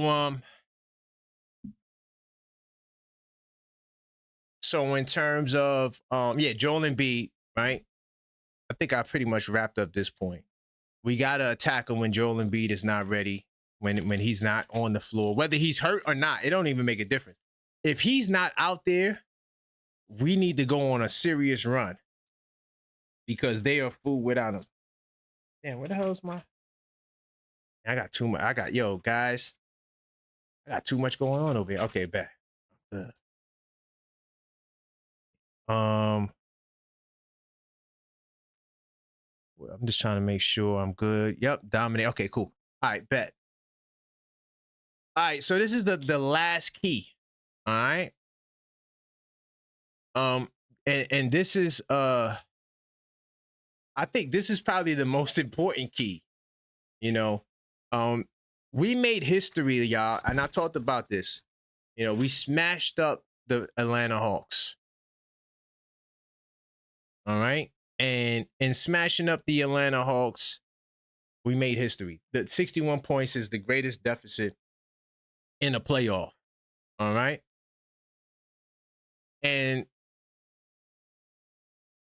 I think that we need to continue down that path. One of the things that Deuce McBride and a lot of the guys said, and even Mike Brown talked about, playing with that sense of urgency. Even when you're up, they played like they were down, and that propelled them in those moments. We also made history against the Philadelphia 76ers. All right. And what we were able to do was we blew them out in their building by 49 points. So we have a tendency of making history against a lot of teams. And we have to carry that desperation energy, all right, into this game. I truly believe that, if we can duplicate the energy from the Hawks series, I think we will be okay. The stat varies depending on where you're looking at it, but around 77.8% of teams that win game one go on to win the series. I think game 1 is very important. And if we win game 1, there's a great chance we'll win game 2. And there's a reason for that. And I'm going to talk more about that for game 2's pregame show, which will be on Wednesday. But I think that having that sense of urgency is crucial. Treat it like you're down 0-2 and it's game 3 in Madison Square Garden. You know, these moments, you know, they matter because if you get the first game, there's a good chance you get game 2. And I could tell you why. I'm going to tell you about that a little bit later in the series. But then game 3 comes, and now you put them on their heels. Okay? So that's my 10 keys, y'all. You know, I take a couple of more calls if y'all want to talk about 10 keys. These are the things I feel like the Knicks need to do, and they will win. But it starts with game 1. I think if you get game 1, you pretty much seal the deal for the series. And if you don't know, the schedule up until game 6, every other day we play. So there's no more 2 days off. So, you know, it goes a Monday, Tuesday, Monday, Wednesday, Thursday. I got to change I just realized I made a mistake on my schedule. Monday, Wednesday, Friday, then Sunday. And then why they put the Knicks game on Mother's Day? I just thought about that. Messing up everybody plans. Damn. But 646-995-8389 if you want to talk about the 10 keys. If you with the Boston Celtics, I don't want to talk to you unless you want to talk about the series. You know, if you're calling, talk about the series. Let's not talk about some of the antics that I'm seeing in the chat. But I'm very confident in our abilities. I really wanted to say Knicks in 5. I do think that that's my energy. But when it comes to making picks, and I also said this when I did the last prediction show, I don't think I'm doing that anymore because, you know, these Knicks, man, you got to give them 2 games to figure it out. You know, unfortunately. Let me see who's up in here. Yo, I can't stand these ads, boy. Hold on. Now I can't see the chat. My man Killer B in the building. I see you, Killer B. All right. Big time salute. Oh my God. Yo, Detroit, you guys, oh my God. Why y'all here? Why don't you go on the Detroit show? I'm talking about Philadelphia and the Knicks. I'm not talking about nothing else. Big time salute to you, Coach. I do see you, man. OKF Nation, man. Big time salute, Coach. Hopefully everything is well with you. Yeah, and we got to hang up on deck. Listen, I will get you up out of here. 100,000%. I will get you up out of here. Oh, I got my man Tugboat. What's good, Tugboat? What's up, man? Nothing much, man. You know, I went over the 10 keys. Yeah, Any man, thoughts? that was fire, bro. I just need a quick synopsis. If I can get a quick summary, what was the overall 10 keys? So, the first one was attack Joel Embiid. Yep, I remember the first 3. Yep. Okay, you got the first 3. Then move the ball or die trying. Okay. Towns must stay out of foul trouble. For sure, absolutely. Lean on the pick and roll in the 2-man game and the 3-man game. Nice. Dominate the rebounding matchup differential. What do you mean by that? Well, that's a stat that I coined. I kind of created that. There might be another name for it, but I coined that phrase. All it means is winning the rebounding battle. Okay. And keeping track of, you know, who won what battle and what's your record when you win it. So that, you know, that's what I keep track of. Okay. And then owning the paint. Dominating the non-Embiid minutes. That's going to be crucial. Yep. Oh, you talking about that Boner time? Yeah, Boner and Drummond. Yeah, Man, absolutely. did you hear what their net rating is? Man, I don't need to see. All right, so this is the one where the eye test actually works because I have seen Maxey, I have seen VJ, I've seen Paul George. They all fuss out Bona for everything that he does. This dude is like, I don't know what he has going on in his head. I don't know if it's like a Looney Tunes little birds just chirping, but everything he does, he gets fussed out for everything he does. So yeah, the Bona minutes is definitely. I think it was a minus 15.7. I'm trying to find my notes. It was like a minus 50. It was crazy without Joel Embiid in the regular season, like a minus 15 point something. Yeah, nah, Bona, so but those Bona minutes, we definitely got to take advantage of that. I feel you 1,000%. Yep. And then treat game one like it's a closeout game. We got to win game one. Yeah, okay. 77% of teams that win game one, they win the series. Yeah. Okay. Yeah, man. No, you hit it all on the head, bro. You locked in. Yeah, I mean, and I think they're gonna do all of them. I think so too. I feel good. I mean, yeah, we locked number one. I don't know if I ever asked your opinion on how do you feel about the rest versus rest theory. What's your opinion on that? I talked about that on the members only, man. No, I know you touched on it, but I don't know if you said your opinion on it. You touched on it. I did. But you were kind of like you don't have. I thought you said you were like. I think it's overrated, to be honest. Personally, that's me. But that one thing I told y'all, that's the only proven real benefit, realistically. Of course, you got strategy, you got time to prepare and things of that nature. But listen, more time to prepare is not necessarily a good thing for me because now I got all these stats, and it's like, I got all this time and I got all of these stats. Now I got to look through it. Yeah. So I don't know. It depends on who you are, but you can get what's that paralysis from over analysis at times. Yeah, that's what be messing me up, man. Because I go too hard, Yeah. And then now I gotta. The hardest part for me is condensing it. So that's why I said this time I'm just gonna just try to keep it simple and tell you as much stats as I can. And if I don't tell you the rest, I can save it for another day, I guess. Yeah, no, you locked in. No, those 10 keys. That's fire. That's fire. That's fire. That sounds like the full recipe. It needs to just. Honestly, it sounds like the full recipe is just get it over in 4. I'll be honest with you. No, I'm serious. That's why I could see it happening, but I'm not picking it with these Knicks. They need a game or two to figure it out sometime. Yep. Because but like you said, as long as we get number 1 down, we get that down. I mean, we'll take. I mean, God forbid, but let's say 2 goes out of our hands or whatever. But as long as we get 1 down, that definitely will set the tone for the series. Right. Yep. I'm with you. Yeah, I know. I know Ty spoke on it. You see the Detroit guys in the chat? I see him. I took a peek in there to see what was going on. Look, man, I was the one that said it a couple days ago. I was like, yo, these guys are like groundhogs, bro. They just pop out, and then the moment they see their shadow, they just duck away, man. It's hilarious. It's hilarious, man. Uh-oh, Ty triggered. I can understand why, because these guys, I told you, man, they're groundhogs, bro. That's what I call them. I call them groundhogs.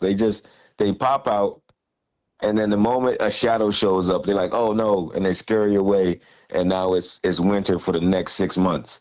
So it's like they're hilarious. I'm trying to think if I should put it on subscriber only mode. I don't want to do that because no. Let them. I'm all for the just talk. Just to weed them out sometimes. Just to weed them out. Like, nah, bro. We got these guys. We got these guys hiding under aliases. These guys are like creating like 2, 3 accounts. All jokes aside, bro, these guys are creating like 2, 3 accounts just to bypass and just to say a bunch of nonsense. It's like, yo, all right, go ahead and play yourself, bro.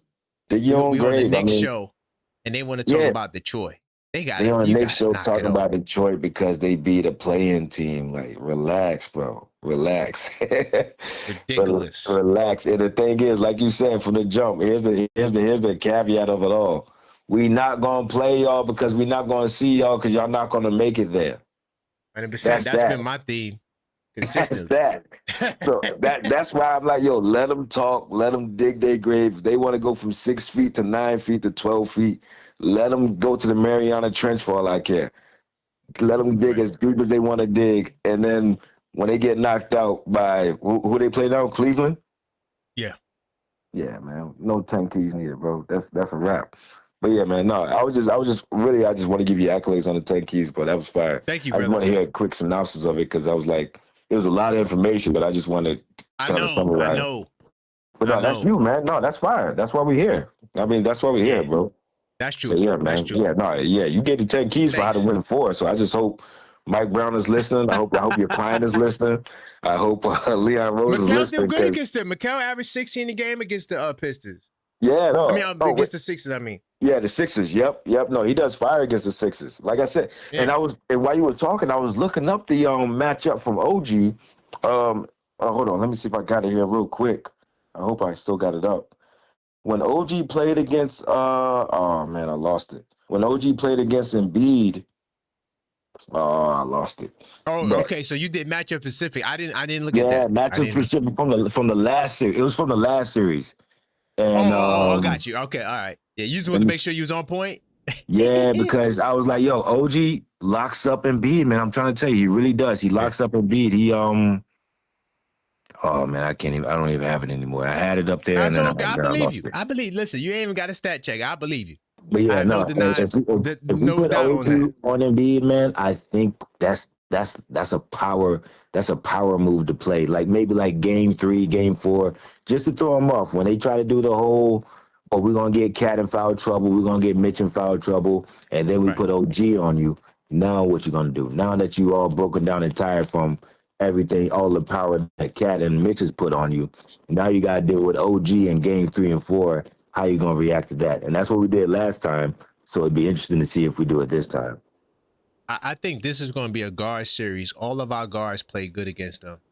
Yeah, for sure. But only Brunson's the only guard that didn't have his best bat. But every other guard, if you look at their numbers, it's just something about the Sixers. They So I think this is going to be a guard series, and we're going to have to outdo their 2 guys. They got. I think that's the Maxey effect, man. I mean, because Maxey, he just does what he does, and it's like, yo, nah, he ain't about to be doing that to us. I think 100%. You got Jose, coming with that Brooklyn energy. I ain't going for it. I ain't going for that, bro. Yeah, you ain't about to be doing all that the whole night, bro. We ain't about to shoot fucking five logo shots all game. Right. Hell no, we ain't dealing with it. We ain't doing that. But yeah, man, shout out to you, man. Shout out to Maxine, bro. Yeah, man, great show, bro. Great information. And I'm definitely gonna have to rewatch it and tap in and really see what's 100%. Dissect your game, bro. So appreciate 100%. you. I'm gonna try to timestamp it too. I'm gonna try my best. Oh, that'd be fire, man. If you start timestamping stuff, bro, that'd be super fire. Yeah, so yeah, definitely can recap the show. Got you. All right, man. I appreciate you. All right, man. I appreciate you, man. Stay blessed. What's good, Figgy? I see you.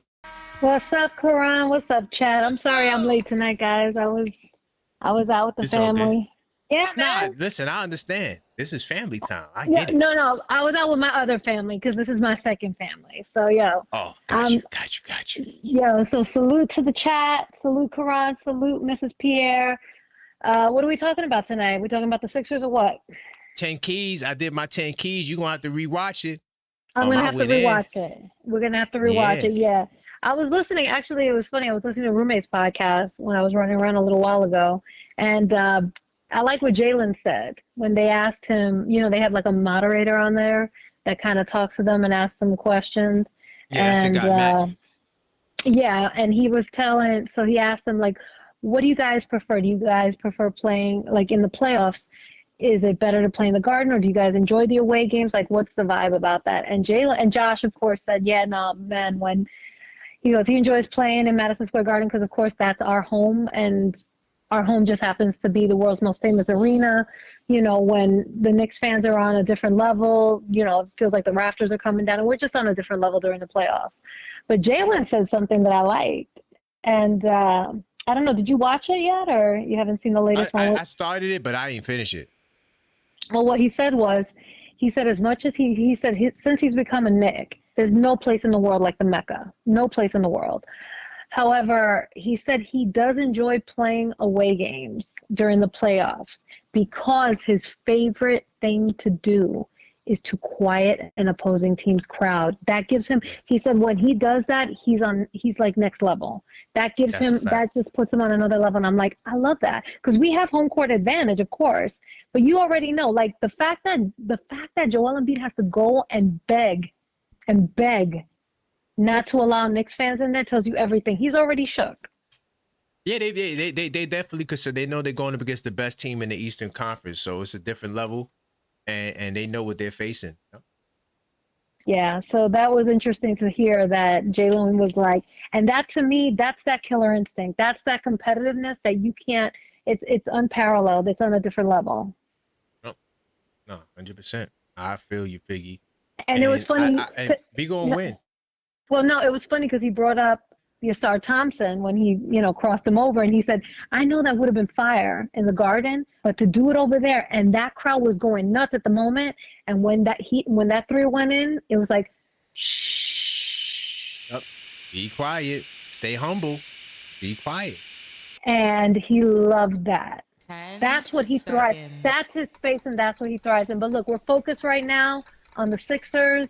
I don't think Embiid's all the way right. He doesn't look good right now. I don't know what's going on with his health. And yeah, man, I don't want to play anybody, hobbled up and messed up. But staying healthy, that's part of it. If Orlando had Franz, they would have dusted him. So staying healthy, that's part of being in the playoffs. So 100%. Let's just go Knicks. Let's keep this train rolling, guys. We got this. All right, Figgy. I appreciate you, Figgy. Big time salute. I appreciate you, man. All right. That's Figgy. Let me get my man Ty in here really quickly. See what he wants. He said, yo. That must mean the chat crazy right now. Hey, y'all be on your best behavior up in there. Salute to the chat, though. Karan. What's going on, man? What's up, man? Hey, nothing. You know what, man? Tugboat, you guys, that was good. Figure that was good, man. I just want to say, man, man, you talk about the matchups, man. Listen, Tugboat said it, and he was trying to remember, but he's 100% right. What Mike Brown said today was a few hours ago. He said, OG is so important because he can guard 1 through 5. Yep, he said that. He said whether he's playing a 1 or he's playing a 5. He skipped all the other positions. He went to the 5, so he was talking about Embiid. Yep. We're gonna watch it. OG clamps up Embiid. For whatever reason, Embiid can't bang him down. He's not too agile with him on the perimeter. OG, for guys like Embiid, OG is a monster because he knows what they're going to do before they do it, man. I've seen OG guard Giannis and give Giannis problems at times. So, So what I'm saying is, and what Tugboat was saying is, listen, there's nothing that, Philly can actually do. Again, the Knicks have to beat the Knicks in order for a team to win. I'm going to say that again. The Knicks have to beat the Knicks for a team to beat the Knicks. Yep. So if that didn't go over y'all head, went under y'all feet. Because at the end of the day, you know what I'm saying? Because at the end of the day, there's nothing that is deterring the Knicks from going to the chip. And when we go to the chip, we will face the Spurs or we will face OKC. And both of those teams witnessed the greatness of the Knicks this year. Witnessed it because those games was a regular season game. Those were precursors to what it most likely potentially would be. And that's why they played as hard as they did on both sides. From OKC getting all those foul calls to us whooping the heck out of the Spurs. Those were games that both of those teams knew, like, this is the biggest probability who I'm gonna be playing in the finals. And that's why they went that hard. We gotta really relax and realize, like, Atlanta gave us a good test. Philly had a good test. They went to a 7-game series. Philly's not prepared to go to another 7-game series. They're not prepared. Teams don't go to 1, 2, and 3 7-game series back to back and win. They don't do that. See, hell no. So you're getting them up out of there. That's a fact. So when I'm seeing these clowns in the chat, Detroit, they're hiding behind different aliases, names, handles. I don't know what they doing, man. Like, this is why Detroit basketball is trash, because y'all don't got heart. Figuratively and like listen, man, they don't. They in the chat, fam, scrambling, running around, trying to get us to respond to them. Until they call out my name, I'm not responding to them clowns, man. I'm tired. I'm just so New York. I'm so New York vested right now. It's like there's nothing that can get me off my rock, man. We're healthy. That's how you gotta be. Father. Yeah, fam. Like we Karan, we're here. We're here, fam. I just want the New York Knicks fans to understand. I want y'all to smell and take in every moment of this, because when you're watching like certain teams win the chip, like the Lakers or the Spurs, they go through this moment of like a pre-premonition. It's like a euphoric feeling, like, yo, we really might do this. You understand? Mm-hmm. That's what we are. Take it in, y'all. That's what we are. Stop being scared. It's about to happen. New York, stand up. We are about to win a chip. Don't be looking for something mysterious to happen. Don't be thinking that one of our players going to get hurt. Nobody getting hurt. We're going to be healthy through this whole thing. I'm telling y'all. Y'all need to listen, get on this train so you can experience this feeling from day one. Because if you hop on this train at the end, you're going to actually miss the pure feeling of, man, I was with them this whole time and we won. We are about to go to the finals, and we're not looking over our food. We're not. That's why we're going to go. We're playing every team according to the schedule, and each game is important to us. We will win tomorrow. We will win the second game. We might give up the third game, because even a rat to his back to the wall is going to fight to come out of there. But after that, that's true. He's cooked food. Okay? That's a fact. So the Knicks in 5 and could be 4, maybe 6. Maybe 6 for ratings. But if it's skill set and talent and coaching, the Knicks in 4 and 5 or 4 and 5, man. I'm with you. Good job, Karan. Tugboat. Thank you. Tugboat. He just made me, because when he was talking about Embiid, I'm like, yeah, he right. Because Embiid Anunoby shut. Yeah, Anunoby shuts down Embiid, man, every time we play him. It's like he just plays. He plays against him very well. You know what I'm saying? Because you got to remember, Embiid is 7 foot, 7'1". So for Anunoby, he's strong, so you can't move him. But he's quicker than them, so he knows how to get to their spots before they get to it. And I'm telling y'all right now, you guys, Knicks fans, Detroit fans, Boston fans, Philly fans, Atlanta fans, you guys are witnessing history about to take place after a 53-year drought. The New York Knicks are about to hang that banner, man. There's no way the Knicks didn't hang that in-season chip banner if they didn't think they were going to the finals. I'm out of here. Yep. Yo, thank you, Ty. I appreciate you, man. Big time. Appreciate you, bro. Absolutely. Yep. All right. Let me keep the OKF Nation vibe going. Got my man Yuri up in here. Hello. What's good, Yuri? How you feeling, family? Good. Saw your Knicks. Let's go. Knicks and 5. I'm gonna respect it. I can see you being pointed Knicks in 6 because of the Embiid minutes. The Embiid minutes is going to be so crucial when he's off the court. That's a fact. Knicks, because the truth of the matter is, Embiid can't guard Cat. You know, right? He's already on one leg as it is. So the Embiid minutes, the Knicks are going to have to go up on a huge run to the point where the game is even over in the quarter. Yeah. So are you changing your pick? Because you got him in 5. You going to 6, or you going to stay at 5? I'm just respecting your opinion on the Knicks in 6. Yeah, I'm only because look, to be honest, Yuri, I said that I was going to only pick 6 from now on. because you know the Knicks, they sometimes let you down. So that's another reason why I'm going 6. It could be 5, it could be 4, but you know, I'm going 6 because that's what I said I was going to pick. Go ahead. You never know what you're going to next in the playoffs. So let's just get that straight. My energy is Knicks in 5 though, but you know, just saying. Right. So the way I view it is this, right? You have to take advantage of the non-Embiid minutes. That's what Boston failed to do in Game 7. They could not take advantage of the non-Embiid minutes. That's what costed them as well. I can get into the shooting. That's for another day, though. What really put them in the end was the non-Embiid minutes. They could not take advantage of it to the point 100%. where they came back. Yep. But the Sixers came back on that lead, and they took advantage of it.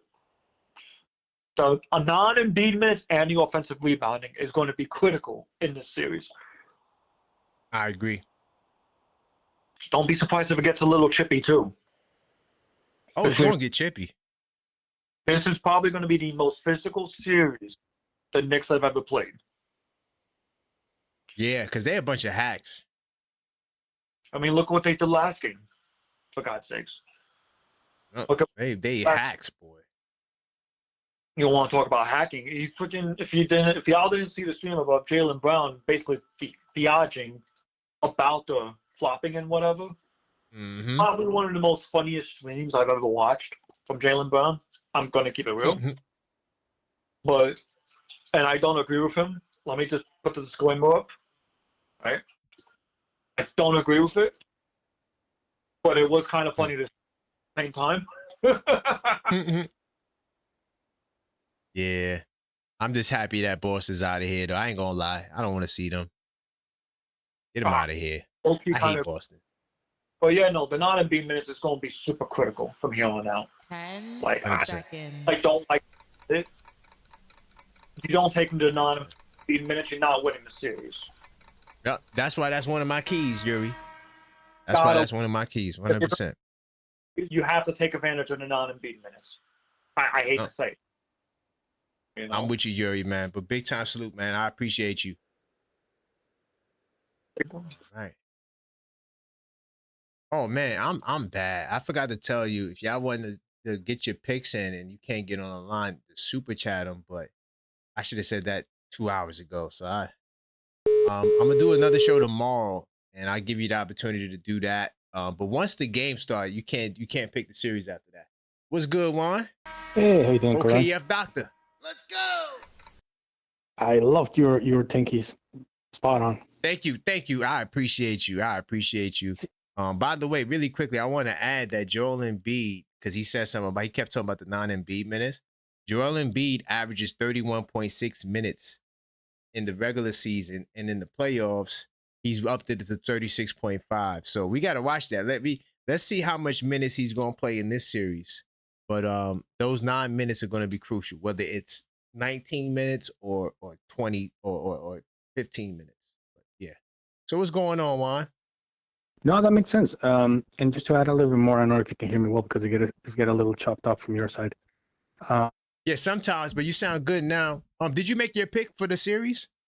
I think Hawks. I'm sorry, Hawks. Yeah, the Knicks. See what I'm talking about? The Knicks in 6. Knicks in 6. Okay. Yeah, I'm with you. I got you down. But here's the thing too. Just to your point on the minutes with the Embiid, and using OG with him. Embiid actually struggles with somebody that's a little with lower center of gravity. That is stronger than him. Why? Because if you see how he actually does the fouling, the foul rating, it's his shoulders mostly or above the shoulders. Got you. So if you have OG pushing him a little bit more on the lower side, he's going to try to kick out. So that might be a foul on him too. That's what OG did on the last series.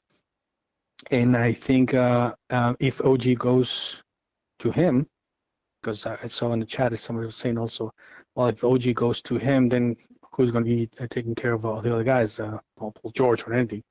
I think even though you say there's going to be a guard series, I can see Diawara and Sohan playing this game now, or this series now. Are you saying Diawara? Diawara and more Sohan. Or Sohan, okay. Because yeah, I can see it. Mostly on the defensive aspect, so they can actually defend faster, stronger people, I would say. Yeah. So I do think that we're going to be able to win in at 6.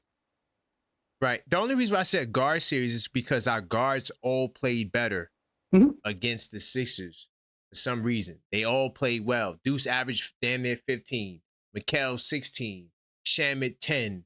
Like they all kind of elevated their game for whatever reason against the Sixers. No, in the regular season. And I agree. What I was saying with Warren and Sohan is because they can actually also guard from 1 to 4. Oh, you okay? Got it. You just saying on the defensive end to support those guys. That's correct. So they don't get overloaded or anything like that. But Bingo. Yeah, I agree with you. So, Got you. Yeah. And that is one of the reasons why us going to 6 with the Hawks helped Mike Brown a lot, because he showed him too that he can do adjustments and has the personnel to do those adjustments. Right. So Exactly. to me, that's big advantage that we have. We have a very deep team. So I'm not really scared about the Sixers. It's going to be cheapy, and I hope he doesn't hurt anybody, because that guy is that part. This is one of the dirtiest players I've ever seen. Yeah, he's up there for sure. You know, he's definitely up there. Seconds. But I think it's going to be all right. In terms of what Figo was talking about, yeah, I think there's something going on with that the scar tissue after the surgery. An appendicitis is not a joke. Anybody who has had appendix removed knows it actually hurts. It bothers. Why? Because the way that the muscles are going, it's mostly like down, vertical. And what you do with that is you cut them horizontally. The incision is horizontal. Wow. So is there a chance he misses a game, or is it just going to be pain management from now? I think he's not going to be able to move that much. He's not going to be able to do it 25 minutes or anything like that, in my opinion. And also, I think he hyperextended, even though he said he was joking, he hyperextended that knee in one of those last plays. I'm sorry, when Maxey hit him, he hyperextended, and that's bad for him. Ooh. So you might see. That's why you're the OKF doctor. Yeah, no, I think it's going to be limited a little bit. And that's where the other guys are going to be hitting him. Push him. That's why I was telling you, if you have somebody who's going to be lower center of gravity, and I'm about to get off, don't worry, lower center of gravity is going to hit him on that area. So it's going to push pressure in that area. Right. See what I mean? A taller center can't do that. Got you. So that's game plan too. Anyways. That is a game plan. Thank you. Of course. Thank you so much. All right, big time salute. Hey man, yo, that's the OKF doctor. He actually works in sports medicine, so he knows all that. He's my go-to guy when it comes to injuries. I gotta start clipping his calls, man, for real. He be on the money. Embiid might not make it. Let's see if Musa's there. What's good, Musa? Yo. Oh no. What's good, man? What was your pick? Did you I don't think you made a pick. What's your pick? Is it Knicks in 6? Where are we going? Yeah, I say Knicks in 6. I mean, with that Embiid clip that I saw, I don't know if he's like fully ready to go. I don't know. There's no really real update, if you will. Yeah. Well, he's been upgraded to probable. Well, not upgraded, but his latest status was probable. The Knicks should easily win this. I mean, Philly's nowhere near the Knicks levels, you know. But the Knicks just got to play their game. Ultimately, is the thing. Keep running the offense through Cat like Mike Brown has been, and let Jalen do what he does in the fourth. Right. No, I agree. I agree. 100%. I think. What do you think about my keys? Do you think I'm on the money? Do you feel more confident? Yeah, I think, like you said, the turnovers, we cannot turn over that ball. That's not we cannot. It's just like it'll hurt us is the thing, because it's gonna hurt you. Because a guy like a VJ is just gonna sprint down the floor and try to, get an easy bucket. 100%. And they're not a good 3-point shooting team, so they're gonna go to the basket. Yeah, and they turn a lot of that pick and roll, so you're gonna have to really play tight up on that. Oh, 100%. Yeah, I didn't even talk about the defense on the pick and roll. I did kind of highlight it, but it's prolific. But I'm banking on our defense. We got the number 7 defense, and I think that is probably even better than that now. But yeah, what do you call it? What do you think the guarding matchups will look like? it's going to be the same as the regular season. OG, the player he spent the most time guarding is Paul George. Oh, weird. That's his number one time he spent on a player this year was Paul George. 100% fact. I looked it up on the member show. They know. And so yeah, he gonna be on PG. But Mike Brown's known for switching it up too. So you just never know. You think we'll go small ball like we did against them? Like, was that game like before? Was it before Christmas or after? I don't remember, but I remember he went at small ball with like Landry, Deuce, Hart, Jalen, like OG. Yeah, I think I got the numbers on that too. It was like a minus something. It didn't work. It was not good. Don't do that. Don't do that. Yeah, please do. I got the numbers on that too. Okay, what hypothetical small ball lineup would you want with OG at the 5? I don't want no small ball. Nah, I don't want that unless you put Sohan out there. Yeah, but you're putting the OG on Embiid now. Come on now. That's elite defensive play. But I'm saying, I still think you should have a center on the floor.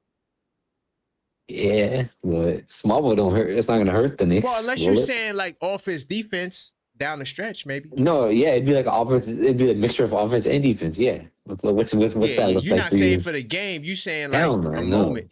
Yeah. No, yeah. Nah, you just gotta be like you gotta read the game like to know that to know when to do that. That's cool. Well, what's your hypothetical? What's your hypothetical for that? I still would love to see Sohan on the floor, just for the backside on the glass. They're not a great rebounding team at all. But they still got size with George and Oubre. So you don't want no Josh Hart, and you don't want the other little guys banging with them. They're big, 6'8". They both 6'8". Yeah. You should have another 6'8" guy. So what would be your hypothetical small ball? Like, considering the rotation right now. Sohan with OG be rocking that. No, I'm saying like with the current rotation. Without Sohan right now.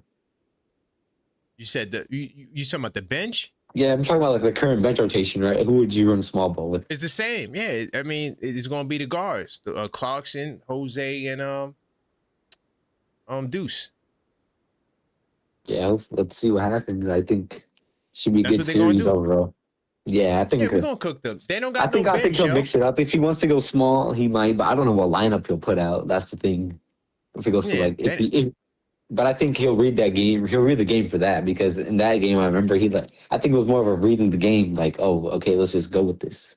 That part too, yeah. And you might see more double big, but honestly, I don't think you should run double big because they don't got big players. They only got big centers, but they don't got big players. Like, they got 6'8" guys, but they all shoot threes.